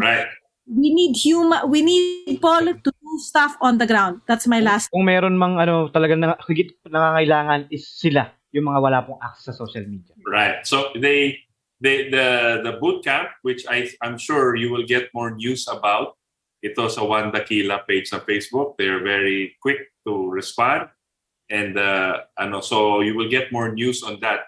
Kumbaga ito para tayong nagte-train ng mga generals. Correct. Nagte-train tayo ng mga generals para mag-build ng kanilang mga army. Ganun lang, yun ang nakikita natin, di ba? So they need to train the trainers. They need to train the teachers. Diba? Fight for the Republic tayo. Ang battle natin is fight for the Republic. So, dakila, ang hinahanap namin ang hinahanap namin commitment na hindi lang yung alam ninyo ang RA 11525. Kailangan nyo alam paano mag-handle ng objections. So, turo namin kayo mag-handle ng objections. Gagawa tayo ng skit. Gagawa tayo ng role-play on what to do. Paano kung nandun na kayo sa sitwasyon? Paano nyo objections? Yun ang mahirap Kailangan, so ang training natin, hindi lang tayo sa, ito, alam na namin yung 11525. Which section of the 11525 ang kailangan ninyong alam para pag kayo ay na-confront ng isang tao, alam niyo section yan, o even 11332, another Republic Act 11332, Section 9, Prohibitive Acts, alam niyo ba yon? So if people know this, we will train Juan and Juanas, yung sa Juan Dakila, to be able to handle those kinds of questions. So when when they're faced with a situation na talagang akala nila hindi nila ma-overcome because of the knowledge they have with the Constitution and the Republic Acts, alam nila ang isasagot nila. Okay, very good. So before we kasi ang daming questions, sorry na lang, ako yung traffic cop. So we need to get the questions going para masagot rin naman ng ating mga guests, and then we can wrap up. Okay, Ver, just to emphasize again, we are reading all of these comments and questions in the interest of free speech, but do not necessarily reflect those of the station and our guests. Unahin ko na first comment from our chairman himself. Ang kailangan ng bayan ngayon, paramihin ang mga Jett Gonzales, Rok at Atty. Aaron para dumami ang mga leader ng ating bayan. Turuan, manindigan ang mamamayang Pilipino. From Chairman Butch Valdes. Yan. Thank you. Tama naman. We need to have more of you guys, di ba? Ganun naman ng labanan. Spread natin. Okay, yung text messages. Okay, from Romel Ison, more power, mga Juan Dakila. Freddy Oredina, present. My body is not created by government. Dirty Harry, di daw labag sa konstitusyon ang mandatory vaccine dahil may mas mataas na hangarin ang government para sa health ng nakakarami. Ayan, I will answer that. Kahit sa panahon ng emergency, mayroong mga constitutional rights na hindi pwedeng isang tabi. Right. Lalo yan, pag-usapin na right to life. Kung property rights yan, pwede isang tabi. When it comes to national health emergency or any kind of national emergency, pwede isang tabi mga property rights, but never the right to life. So wag mo kayong magpalinlang sa ganyung statement na because it's a national health emergency, pwedeng. Ang lagi kong example dyan para maligtas kayo lahat, mamamatay ako. Ba't ako mamamatay? Ba't hindi ikaw? Mauna ka. Ba't buhay ko? Diba? Kailangan sakripisyo. So, yan lang. Tama. Why not? Mandatory strengthening of immune, mandatory junking all junk foods, mandatory natural fruits and vegetables, mandatory. Instead of inserting foreign poisonous elements of vaccine in our body, if government is really concerned about our health, does that make sense? Teddy Oredina, our regular listener. Josephine Dizon, present. Dolores Santa Ana, watching from Bulacan. Gerardo Ella, hello. Limar. Thank you, Attorney Aaron. Actually, sa Cebu, may isa na nga nag-file prosecutor's office for grave coercion. Kasi na-educate na sila na meron pala silang karapatan. Yan. It begins. Anthony Olid, you win man's heart ego through by his stomach. Food subsistence from being hungry. Eric Jean Lopez, agree, Attorney Aaron. Camille Almerol, good evening, everyone. Christopher Cruz, go, KDP at Juan Daquila. Ces Ramiro, good evening, mga Katipuneros watching from Las Piñas, hoping for good news in our fight to right to life and end this pandemic. Nako, na-inspire itong mga viewers natin sa inyo, guys. Lily Buena, watching from Bumaca, Quezon. Salute to all of you. Raf XB, the issue here is the government authorities even don't know the Constitution and violate it themselves. A legitimate group went out for a protest accompanied already by Attorney Gadon, but the police still moving them out. Hawak pa nila yung portable PA system nila. Kahit ano sabihin ng abogado, hindi sila handa to recognize. That's why Pinoys are stupefied and discouraged. Can you move it up, please? Okay, that's why hence the advocacy of Juan Daquila.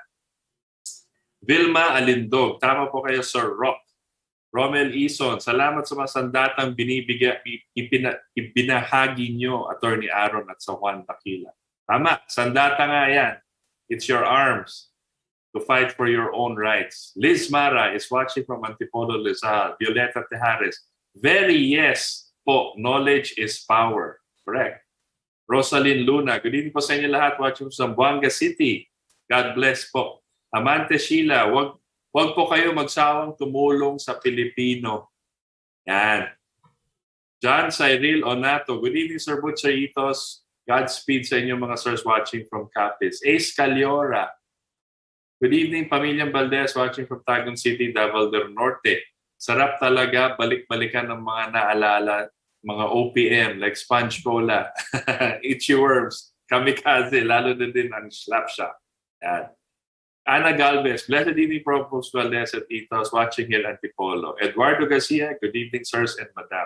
Zanea Arcila, good evening, Sir Itos. Ma'am Jett, Attorney Aaron Soguilon, and Sir Rox, listening from Hong Kong.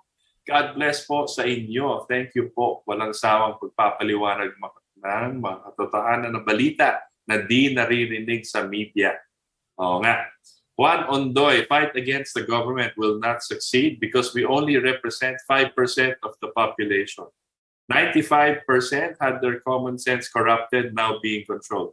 No way out, we are helpless. Hindi naman siguro. Oh, we beg to disagree. Huwag natin iasa sa isang tao, no? At saka dapat hindi ganyan tayo magsimula ng thinking. Kasi kung ganyan, natalo na talaga. Yeah. Kailangan lumaban lang. And we have our rights as citizens. That's the way it is. Angeline Leasing, good evening sa Itas, Attorney Aaron Soguilon, Ma'am Jett, and Sir Rock, listening from Hong Kong. Mabuhay pa kayo, patuloy niyong pagsisiwalat ng mga katotohanan ng ating government na palpak na protocol. Katipong PJ, revolution of the minds muna talaga, mga katipon at kawan dakila para ma-prevent natin ang warm body syndrome, which exactly happened last EDSA 1 and 2, fake or counter-revolution.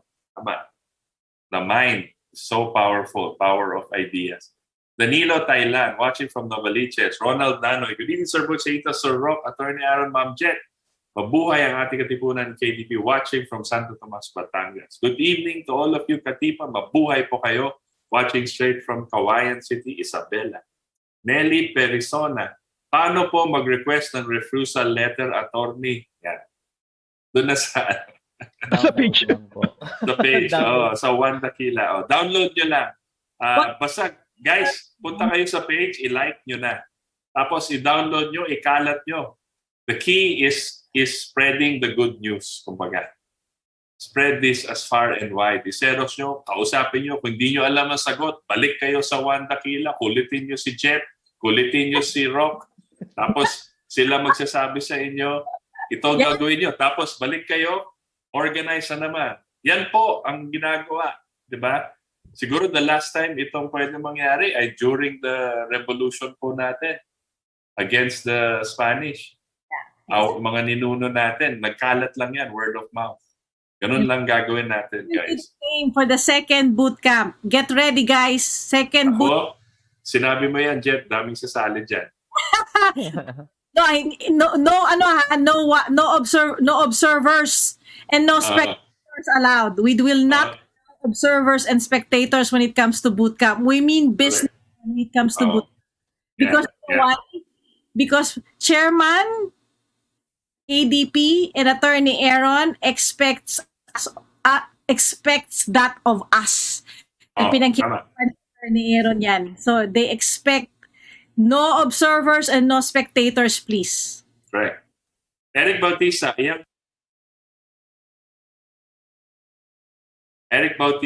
yung karapatan na yan ay isa sa binabaliwala ng mga authorities. Kaya kahit i-educate ang tao, kung babaliwalain lang ng authorities, tulad ng mandatory vaccine is not a law, sinasabi ng gobyerno, hindi naman mandatory talaga. Pero, hindi ka makakapasok sa work kung hindi ka vaccinated. Kaya, napipilitan lalo ng mga government employee. Baliwala ang karapatan at batas kung hindi rin susundin at pinabaliwala. Kawawa talaga ang maliliit. Yun lang nga, Eric. That's what we meant to say. That's why we're here. Kailangan lumaban po tayo. May karapatan po tayo.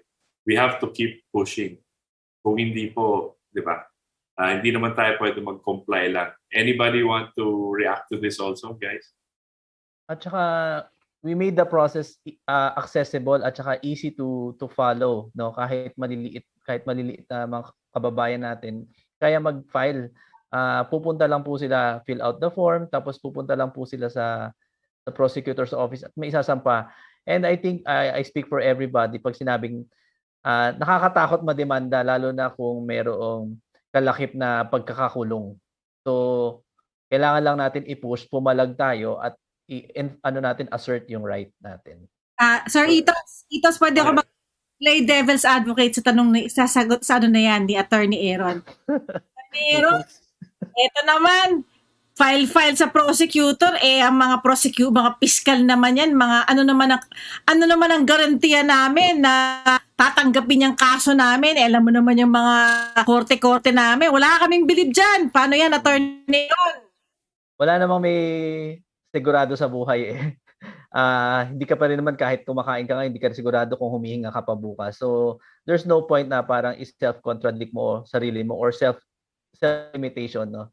Ang maglilimit lang po sa sarili natin ay tayo mismo. So, kung tayo pinipigilan natin ang sarili natin to succeed, talagang wala na po kami magawa. Labas na po kami dyan kasi mentality din na po yan. Personal issue na po yan, ha? Issue na po yan. Wala na kami magagawa dyan. Gusto ko i-add lang to, guys, ha?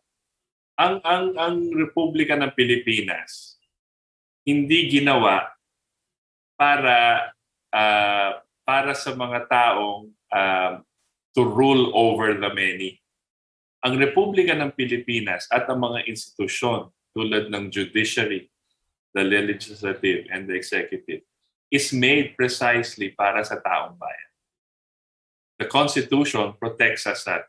Ngayon, mga nakaupo doon dahil bulok na, dahil matagal na silang nakaupo doon, feeling nyo makapangyarihan sila.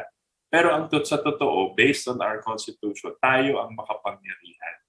You need to, kailangan i-embody natin po yun. We have to take back our government. We have to demand more from our judges, from our lawmakers, and our executive, mayors, president, everybody. Because we are the sovereign republic, not them.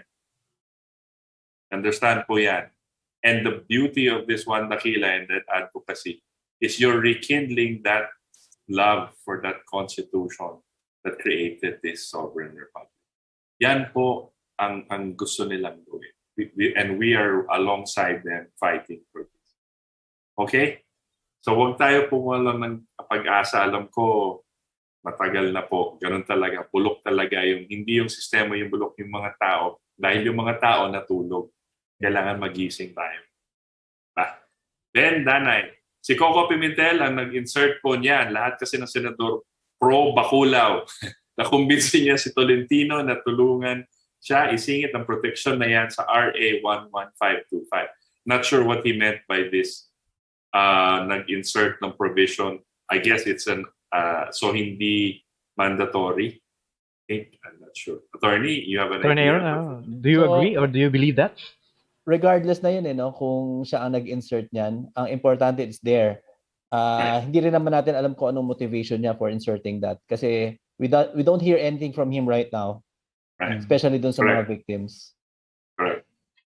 Yeah, they should speak up, no? Yung Yes. mga senador, tapos yung mga presidentiables, they should be noisy now Exactly. against these things. Just go. As if it doesn't happen yung mga namatay. Oo nga eh. Parang out of sight, out of mind. Just go. Yes. Galon Corpin de Unila, paano po yan, attorney, yung owner ng company, pwede rin po ba silang masampahan ng case? Ganong pinipilit nila ibang employee na i-betsin yung mga employee nila. Yun ang Of course, pwede. It's a crime. Yes. Hindi pwede mamilit po. Di pwede. Nasa dole rin yun, di ba? Which you can Yes. download, the circular. Raf XV, what about the refusal to enter an establishment of not vaccinated? I guess the private establishments nga. What do you think? Unfortunately, yung constitution natin is not against private establishments, no. So, but we're also looking into that kung paano natin i-circumvent na kung paano natin malalabanan yung ganyan situation. Pero in the meantime, ang sinasabi namin is to boycott, no. Hindi naman yan, yung mga establishments naman yan ay hindi kasama nung pinanganak kayo, kaya mabubuhay kayo nang hindi kasama yan. Kaya huwag kayo mataranta. I love it. No? Nung pinanganak naman kayo, hindi naman SM ang nagpaanak sa inyo, kaya huwag kayo mag-worry. Kung ayaw nyo ng kung ayaw nyo kumain, kung ayaw ng McDonald's sa'yo, punta ka sa Jollibee. Exactly. Na sa'yo, dun ka sa kalye, di ba? I mean, Burger machine. Or, Walang issue doon. Walang issue doon. Yung masasarap pa nga yung mga karinderya. Pero, and cheaper pa. Pero, that's the way to fight. You cannot, their private establishments, they reserve the right to refuse anyone. Huwag pa tayo makipag-away just because unless gustong-gusto nyo talaga yung two-piece chicken McDo, hindi mo alam. Pero huwag na tayo magganyan. You cannot force yourself because they also have rights and protected under the Constitution. Ang sinasabi nilang, they cannot force things on you. Correct? Yes. Okay. Mary Grace Quintayo. Good evening po sa inyo lahat, mga ka-DP, ka-JD, at mga ka-GM watching from Antique. Mac Abaya, magandang gabi po sa inyo lahat. Tanong ko lang po, paano po yung pupunta ng probinsya galing NCR tapos hinarang ng mga checkpoint? Dahil sa mga borderlines at hindi pinaglagpas dahil walang COVID test at vaccine card. Legal po ba yun ang pinapatupad?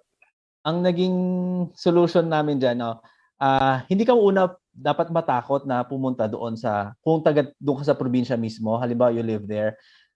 Karapatan mo yan to be able to go back to your home. So magiging basis niyan is your constitutional right to your abode, no, sa bahay mo. At hindi ka pwedeng pigilan, and you can use the grave coercion form, no. With the requirements naman with the you have to resist. And based sa experience ng mga sumunod po na sa mga ginawa naming mga forms, nakakalusot po sila sa mga checkpoints. Kasi una, hindi nila panukala ang yung mga pagre-require na yan. So bakit sila ang makukulong? So better palusutin na nila than maghimas reha sila because of another person's idea. Yun ang gagawin natin na sa bootcamp, no, ethos, no. What we will do in the bootcamp is we will create scenarios so that the people who are committed to Juan Dakila and are committed to doing on the ground and helping other people, alam nila yung mga objections, yung scenarios. Oy, boss! Si Rok magaling dyan, boss!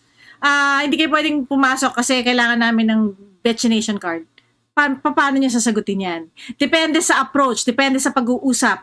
So there are always two ways to go about it. Kung kunyari, maganda naman yung pag-uusap or hindi. So yun yung mga technique tuturo namin sa bootcamp. Okay? And like I said, ito ay panawagan lang sa mga committed ng Juan Dakila who are going to be focusing on what our advocacy is because this is what we really need to do now. Kasi ito yung mga situational na hindi based on experience na to especially si Rok. Based on experience na to. So paano mo i-handle yung objections na yan? Yun ang matututunan nila sa bootcamp. Nako, exciting yung bootcamp na yan. Ang dami niyan. Nako. I think you will have to have a broader audience next time. Ako, dami. But that's exciting. Good job, guys. Maganda yan. Face-to-face yung bootcamp. Oo nga. Oo. Pan pa lang namin paano namin dadalhin sa online or how will we go about it sa Zoom. But the first one was face to face. The second one will also be face to face because iba talaga yung may interaction eh. Makikita nila yung facial and the gestures and all of that. So magiging ganun yan. Okay? Maganda yan. Okay. Next, text message. Saan na yung ating text messages? Okay, Susan Palagana. Sir, sa McDo, talaga si McDo, bakit mandatory ang betsin? Kawawa naman yung mga crew kasi ayaw nila ng betsin, dapat pagsabihan nilang McDo. Dito sa Malasiki, Pangasinan, yung ng flat ng schedule dito sa McDo, ang gusto niya, mapagkunahan lahat sila. Tulungan po niyo sila kasi kawawa naman sila. Ayan, Susan. I think you can go to the page, One Dakila, and raise your, i-post nyo po dyan. And then I think we can get some of our army to the One Dakila army to start making inquiries into that and start doing the necessary process. Pero magandang example po yun. Sige. Lang ako ito. A lot of people will go to us saying, tulungan niyo po si ganyan, tulungan niyo po si ganan. Okay, mahirap po yung ganon eh. Kasi sometimes yung mga ayaw nila magpatulong. So pag kami, like as Superman, no? Puntahan mo nga si ano. Ganon kami. Ang nangyayari sa amin, nagawa na namin yan, Itos. Para kami naging ambulance chaser, pardon the term, na kami pa yung tumutulong. Kasi kami gusto namin sa pagtulong eh. Ano nangyayari sa amin? Ayaw magpatulong. Kasi hindi nila kaya. Takot sila. So kami, we are exerting this effort. Pagkatapos ayaw naman nilang magpatulong, walang mangyayari sa amin. So, ang importante, they themselves have to raise their hand to ask for help. Hindi namin pwedeng gawin na tulungan nyo siya, tulungan nyo si ganyan. Dahil nung ginagawa namin yan, alam mo, ang dami naming nasayang. Ang dami naming, we did that, it ended up nowhere. Parang ito sa dead end for us. Talaga. Ito sa kami pa yung napahiya na nagbibida-bida kami tumulong. Ayaw naman pala magpatulong nung... Correct.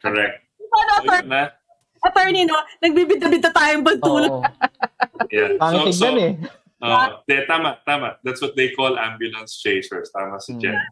Hindi naman dapat pwedeng ganun. So, tayo po, alam po namin you're very stressed and kahit anong feeling nyo walang opening. Pero again, nandito po sila One Dakila to help you, but you have to want to be helped nga. Kasi nasa inyo yun eh. They're giving you the power, giving you the bala. Kumbaga binibigay sa inyo yung bala, pero kayo dapat na mag-desisyon yan. Okay? Okay. Tuloy natin. Text messages. Okay. Ray Isagire, ang free market ay isang ideology kapag profitable ang business ng mga kapitalista. Francis Flores, good evening po. Kaso mukhang hindi pinapansin ang ilang mga alkalde ang batas na RA 11525 at maging ng karamihan ng private sectors. Katuwiran po nila ay karapatan nila ipilit ang policy na kailangan magpabetsin para maprotektahan ng mga empleyado.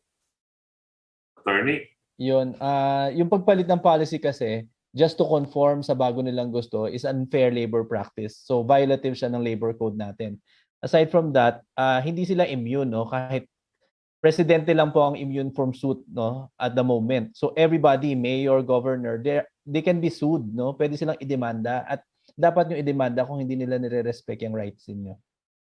Yun. Okay, Eric Bautista. Ask ko lang po, Attorney Aaron, ang Nuremberg Code po ba hindi pwedeng applicable dito sa atin? Kung applicable naman po, ay bakit binabaliwala ng authorities? Yeah. Fire away, Attorney. It's an international law. So, applicable naman siya, kaya lang, hindi namin nakita yung practicality agad niya i-ano siya, na gamitin. Kasi syempre, you need to represent the country, no, to invoke the Nuremberg Code. Kaya ang ginamit namin, something that is accessible to all of us, something that hindi na paglalabanan, which is the Constitution lagi, no? At saka yung law na ginagamit mismo ng mga implementors ng rollout. So kasi pag in terms of Nuremberg, saan ba natin dadalhin na venue yan, no? Maraming mga problems yan, logistical problems, representative problems. So are we going to represent the whole country? Kasi we're just ordinary citizens. So kaya ang ginawa namin, in the meantime na hindi pa nasosolve to, once and for all, inarmasan po natin kayo, ang mga bawat isa sa atin armado para protektahan ng sarili. In the meantime na hindi pa nasosolve yung buong problema.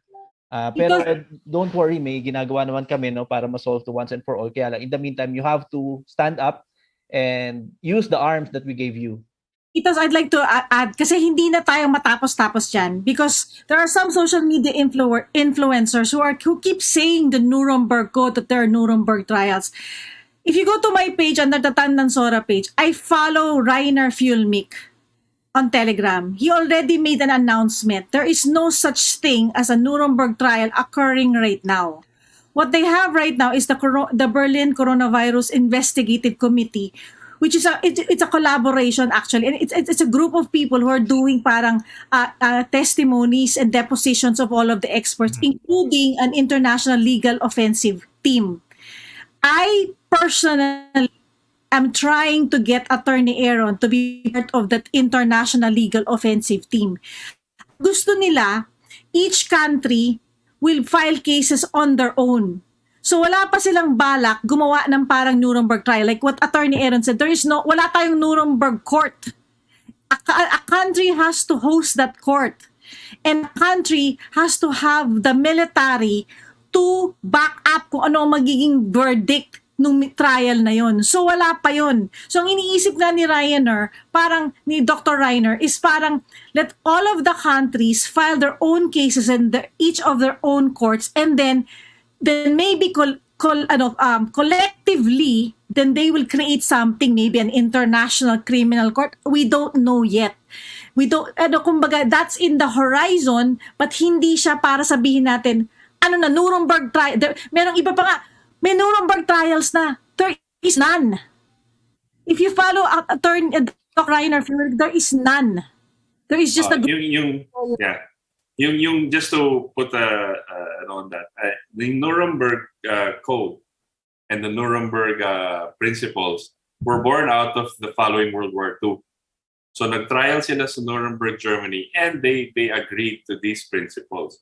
But like Attorney said, ang constitution natin and constitutions of all freedom-loving nations support this Nuremberg Code. It's one and the same. You just have to look for things in your constitution, passages, articles, sections that also embody this type of principle. Yun ang gagamitin mo kasi each country po may sariling legal framework yan. And ang maganda dito sa ginagawa ng Juan Daquila and Attorney Aaron is within our own legal framework.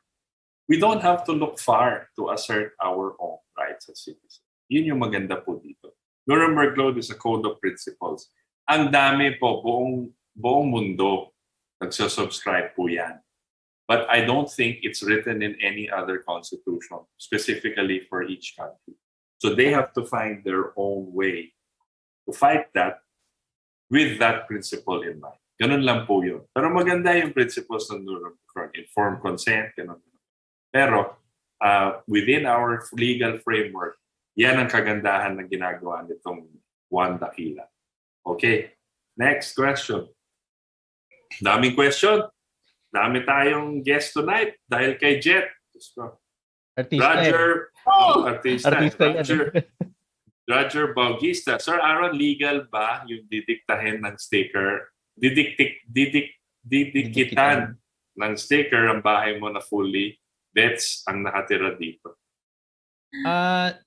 Ano yan personal space na yan nung may-ari ng bahay. So he has his domain niya yan. So kung anong gusto niyang gawin diyan, as long as not libelous or violative of any law, okay lang. Private property. Kung gusto nila. Kung gusto nila. Ang illegal ay didikitan na ayaw nila. Mm-hmm. Right?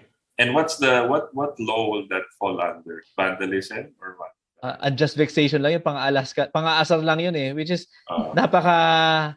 parang Yun. inconsequential kasi parang reprimand or 30 days na ano lang, hindi siya mabigat.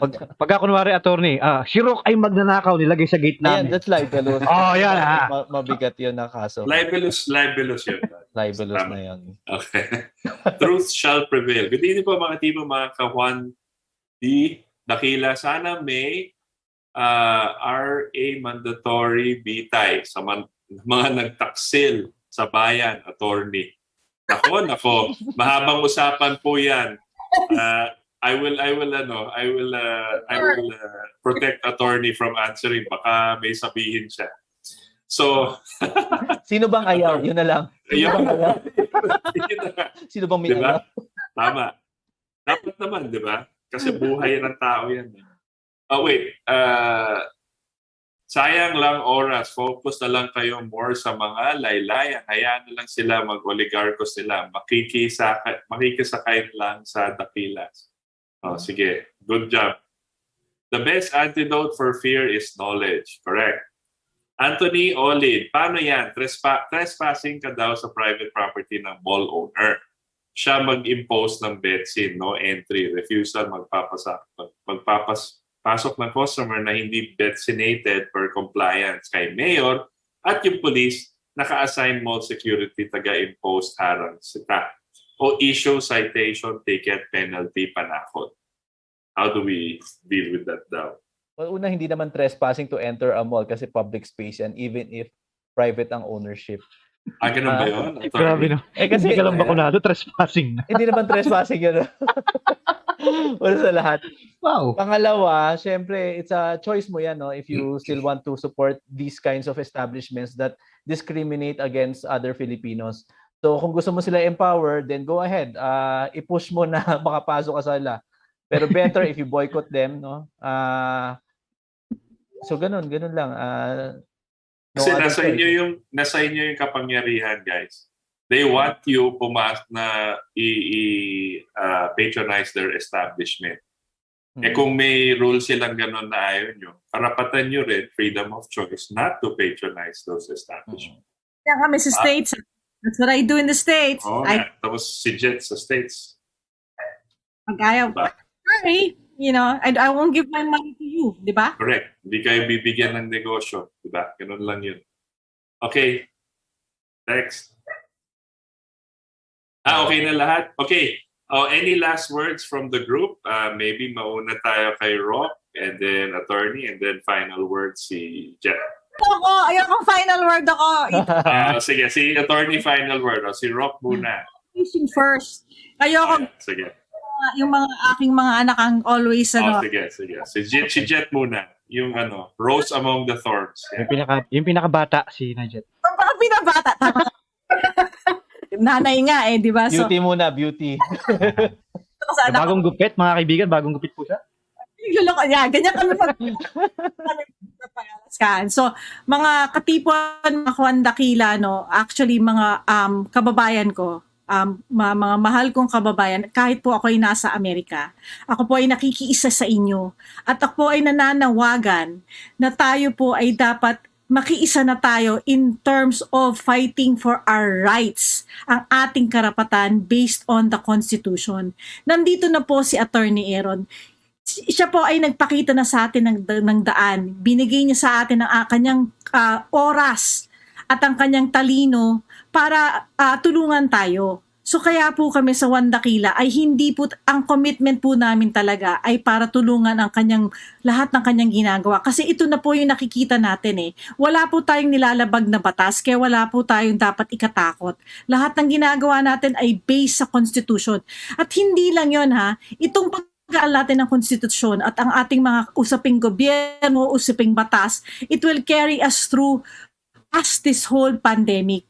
Mag-election na naman po. So ano ang gusto nating mangyari sa ating bayan? Tayo ba ay masasadlak na naman sa kahirapan? Tayo ba ay magiging ganito na naman? Same old, wala na ba talaga tayong pagbabago? Ngayon ang nakikita ko lang po is ang panahon na para tayo ay manindigan sa ating konstitusyon, sa ating mga batas. At let them, those people, we have to hold them accountable sa lahat ng mga nangyayari ngayon. Dahil ito po ay para sa ating future generation, para sa ating mga anak. Wala akong mga maliliit na anak. So I feel for all the mothers, kung tayo ang mga mothers ay kailangan paturukan ng mga kanilang anak. So kailangan ipaglaban po natin ito. Pero ako ay nakikiisa sa inyo. At ako po I'm really committed kahit ako ay malayo. Dahil ito po ang aking adhikain. At I will stick to this until it ceases. Just not only through this pandemic, but through a special election. Dapat po umupo na, tayo ay bumoto, umupo na ang mga tamang tao who will lead us to a better tomorrow for our future generation. Magandang gabi, mga katipon at mga Juan at Juana. Thank you, Nigel. Rock, go! Yes. Rock. Maraming salamat po sa mga tumutok sa programa ni Sir Itos. Ito po, muli, ang Guhan Dakila po ay nandito, isang grassroots movement. Naniniwala po kami na wala tayong patutunguhan kung tayo ay makikipag-argumento sa siyensya. Gamitin po natin ang konstitusyon. Hindi lamang po ito ang simple pong pag-assert ng inyong karapatan, pag-educate sa mga tao by flyering or talking to them directly. Hindi lang po ito isang information dissemination. Ito po ay pakikipaglaban sa Republika ng Pilipinas. Maraming salamat. Ayan, ako naman. Okay, magandang gabi uli sa inyo mga katipon, mga Juan at Juana. Maraming salamat sa pagtiwala niyo una sa lahat sa mga ginagawa nating mga legal action at nakikita ko yung value nito dahil bukod sa napagtatanggol niyo inyong sarili ay nakikita ng mga nakaupo kung gaano kalakas ang taong bayan. Kung gusto natin maging maayos ang bansa natin, kailangan magsimula sa sarili natin. Huwag tayong umasa sa mga nakaupo, kundi hanapin natin yung mga pamamaraan kung saan may exercise natin yung ating pagiging empowered, no? May exercise natin yung mga karapatan natin bilang mamamayan. At para maging mabuting tao tayo, hindi sapat na hindi lang tayo gumagawa ng masama. Dapat gumagawa tayo ng mabuti. At kasama dyan is yung pag-disseminate ng information kung paano ma-empower ang mga kapwa natin. Dahil pag naging empowered po tayong lahat, hindi na tayo masisingitan ng mga salbahe at mga walang hiyang mga politiko na mga abuso sa atin. Again, maraming salamat at sana patuloy po tayo na i-assert ang ating karapatan at pumalag laban sa mga pang-aabuso at pang-aapi. Ayan, thank you. Wow, ganda. So, salamat ha. I'd like to thank personally itong mga ating mga ninuno. These guys are really leaders. Tsaka matatapang po itong mga kasama natin tonight. Jett, Atty. Aaron, and Rok, of course. Privilege po namin na nag-guest kayo sa amin. And hindi ito huli. Diba? Marami pang beses, of course, as we continue this fight. And excited po tayo to be part of their movement, to be part of the boot camp. Maganda po ang boot camp. Ako, parang masaya yan. So please go to Juan Dakila sa Facebook. Nagre-recruit po tayo ng army. Okay? It's an army to take back our republic. Maganda po yun. Magandang adhikain yun. Maraming masisihan sa grupong to. Okay. Sa ngalan po ng ating mga katipon dito sa Ating Katipunan at sa magagaling na staff ng DZXL Radio mo nationwide, kami po ay pansamantalang nagpapaalam at nagpapasalamat na sinamahan niyo kami ngayon, ang Oro de Peligro ng ating bayan at ng buong mundo. Salamat sa guest natin na si Jett, si Rok at si Atty. Aaron. Dito lang sa Ating Katipunan. Hanggang sa linggo po muli mga katipon. Get well soon, Chairman. We miss you. 7 to 9 p.m. Magandang gabi po sa inyong lahat.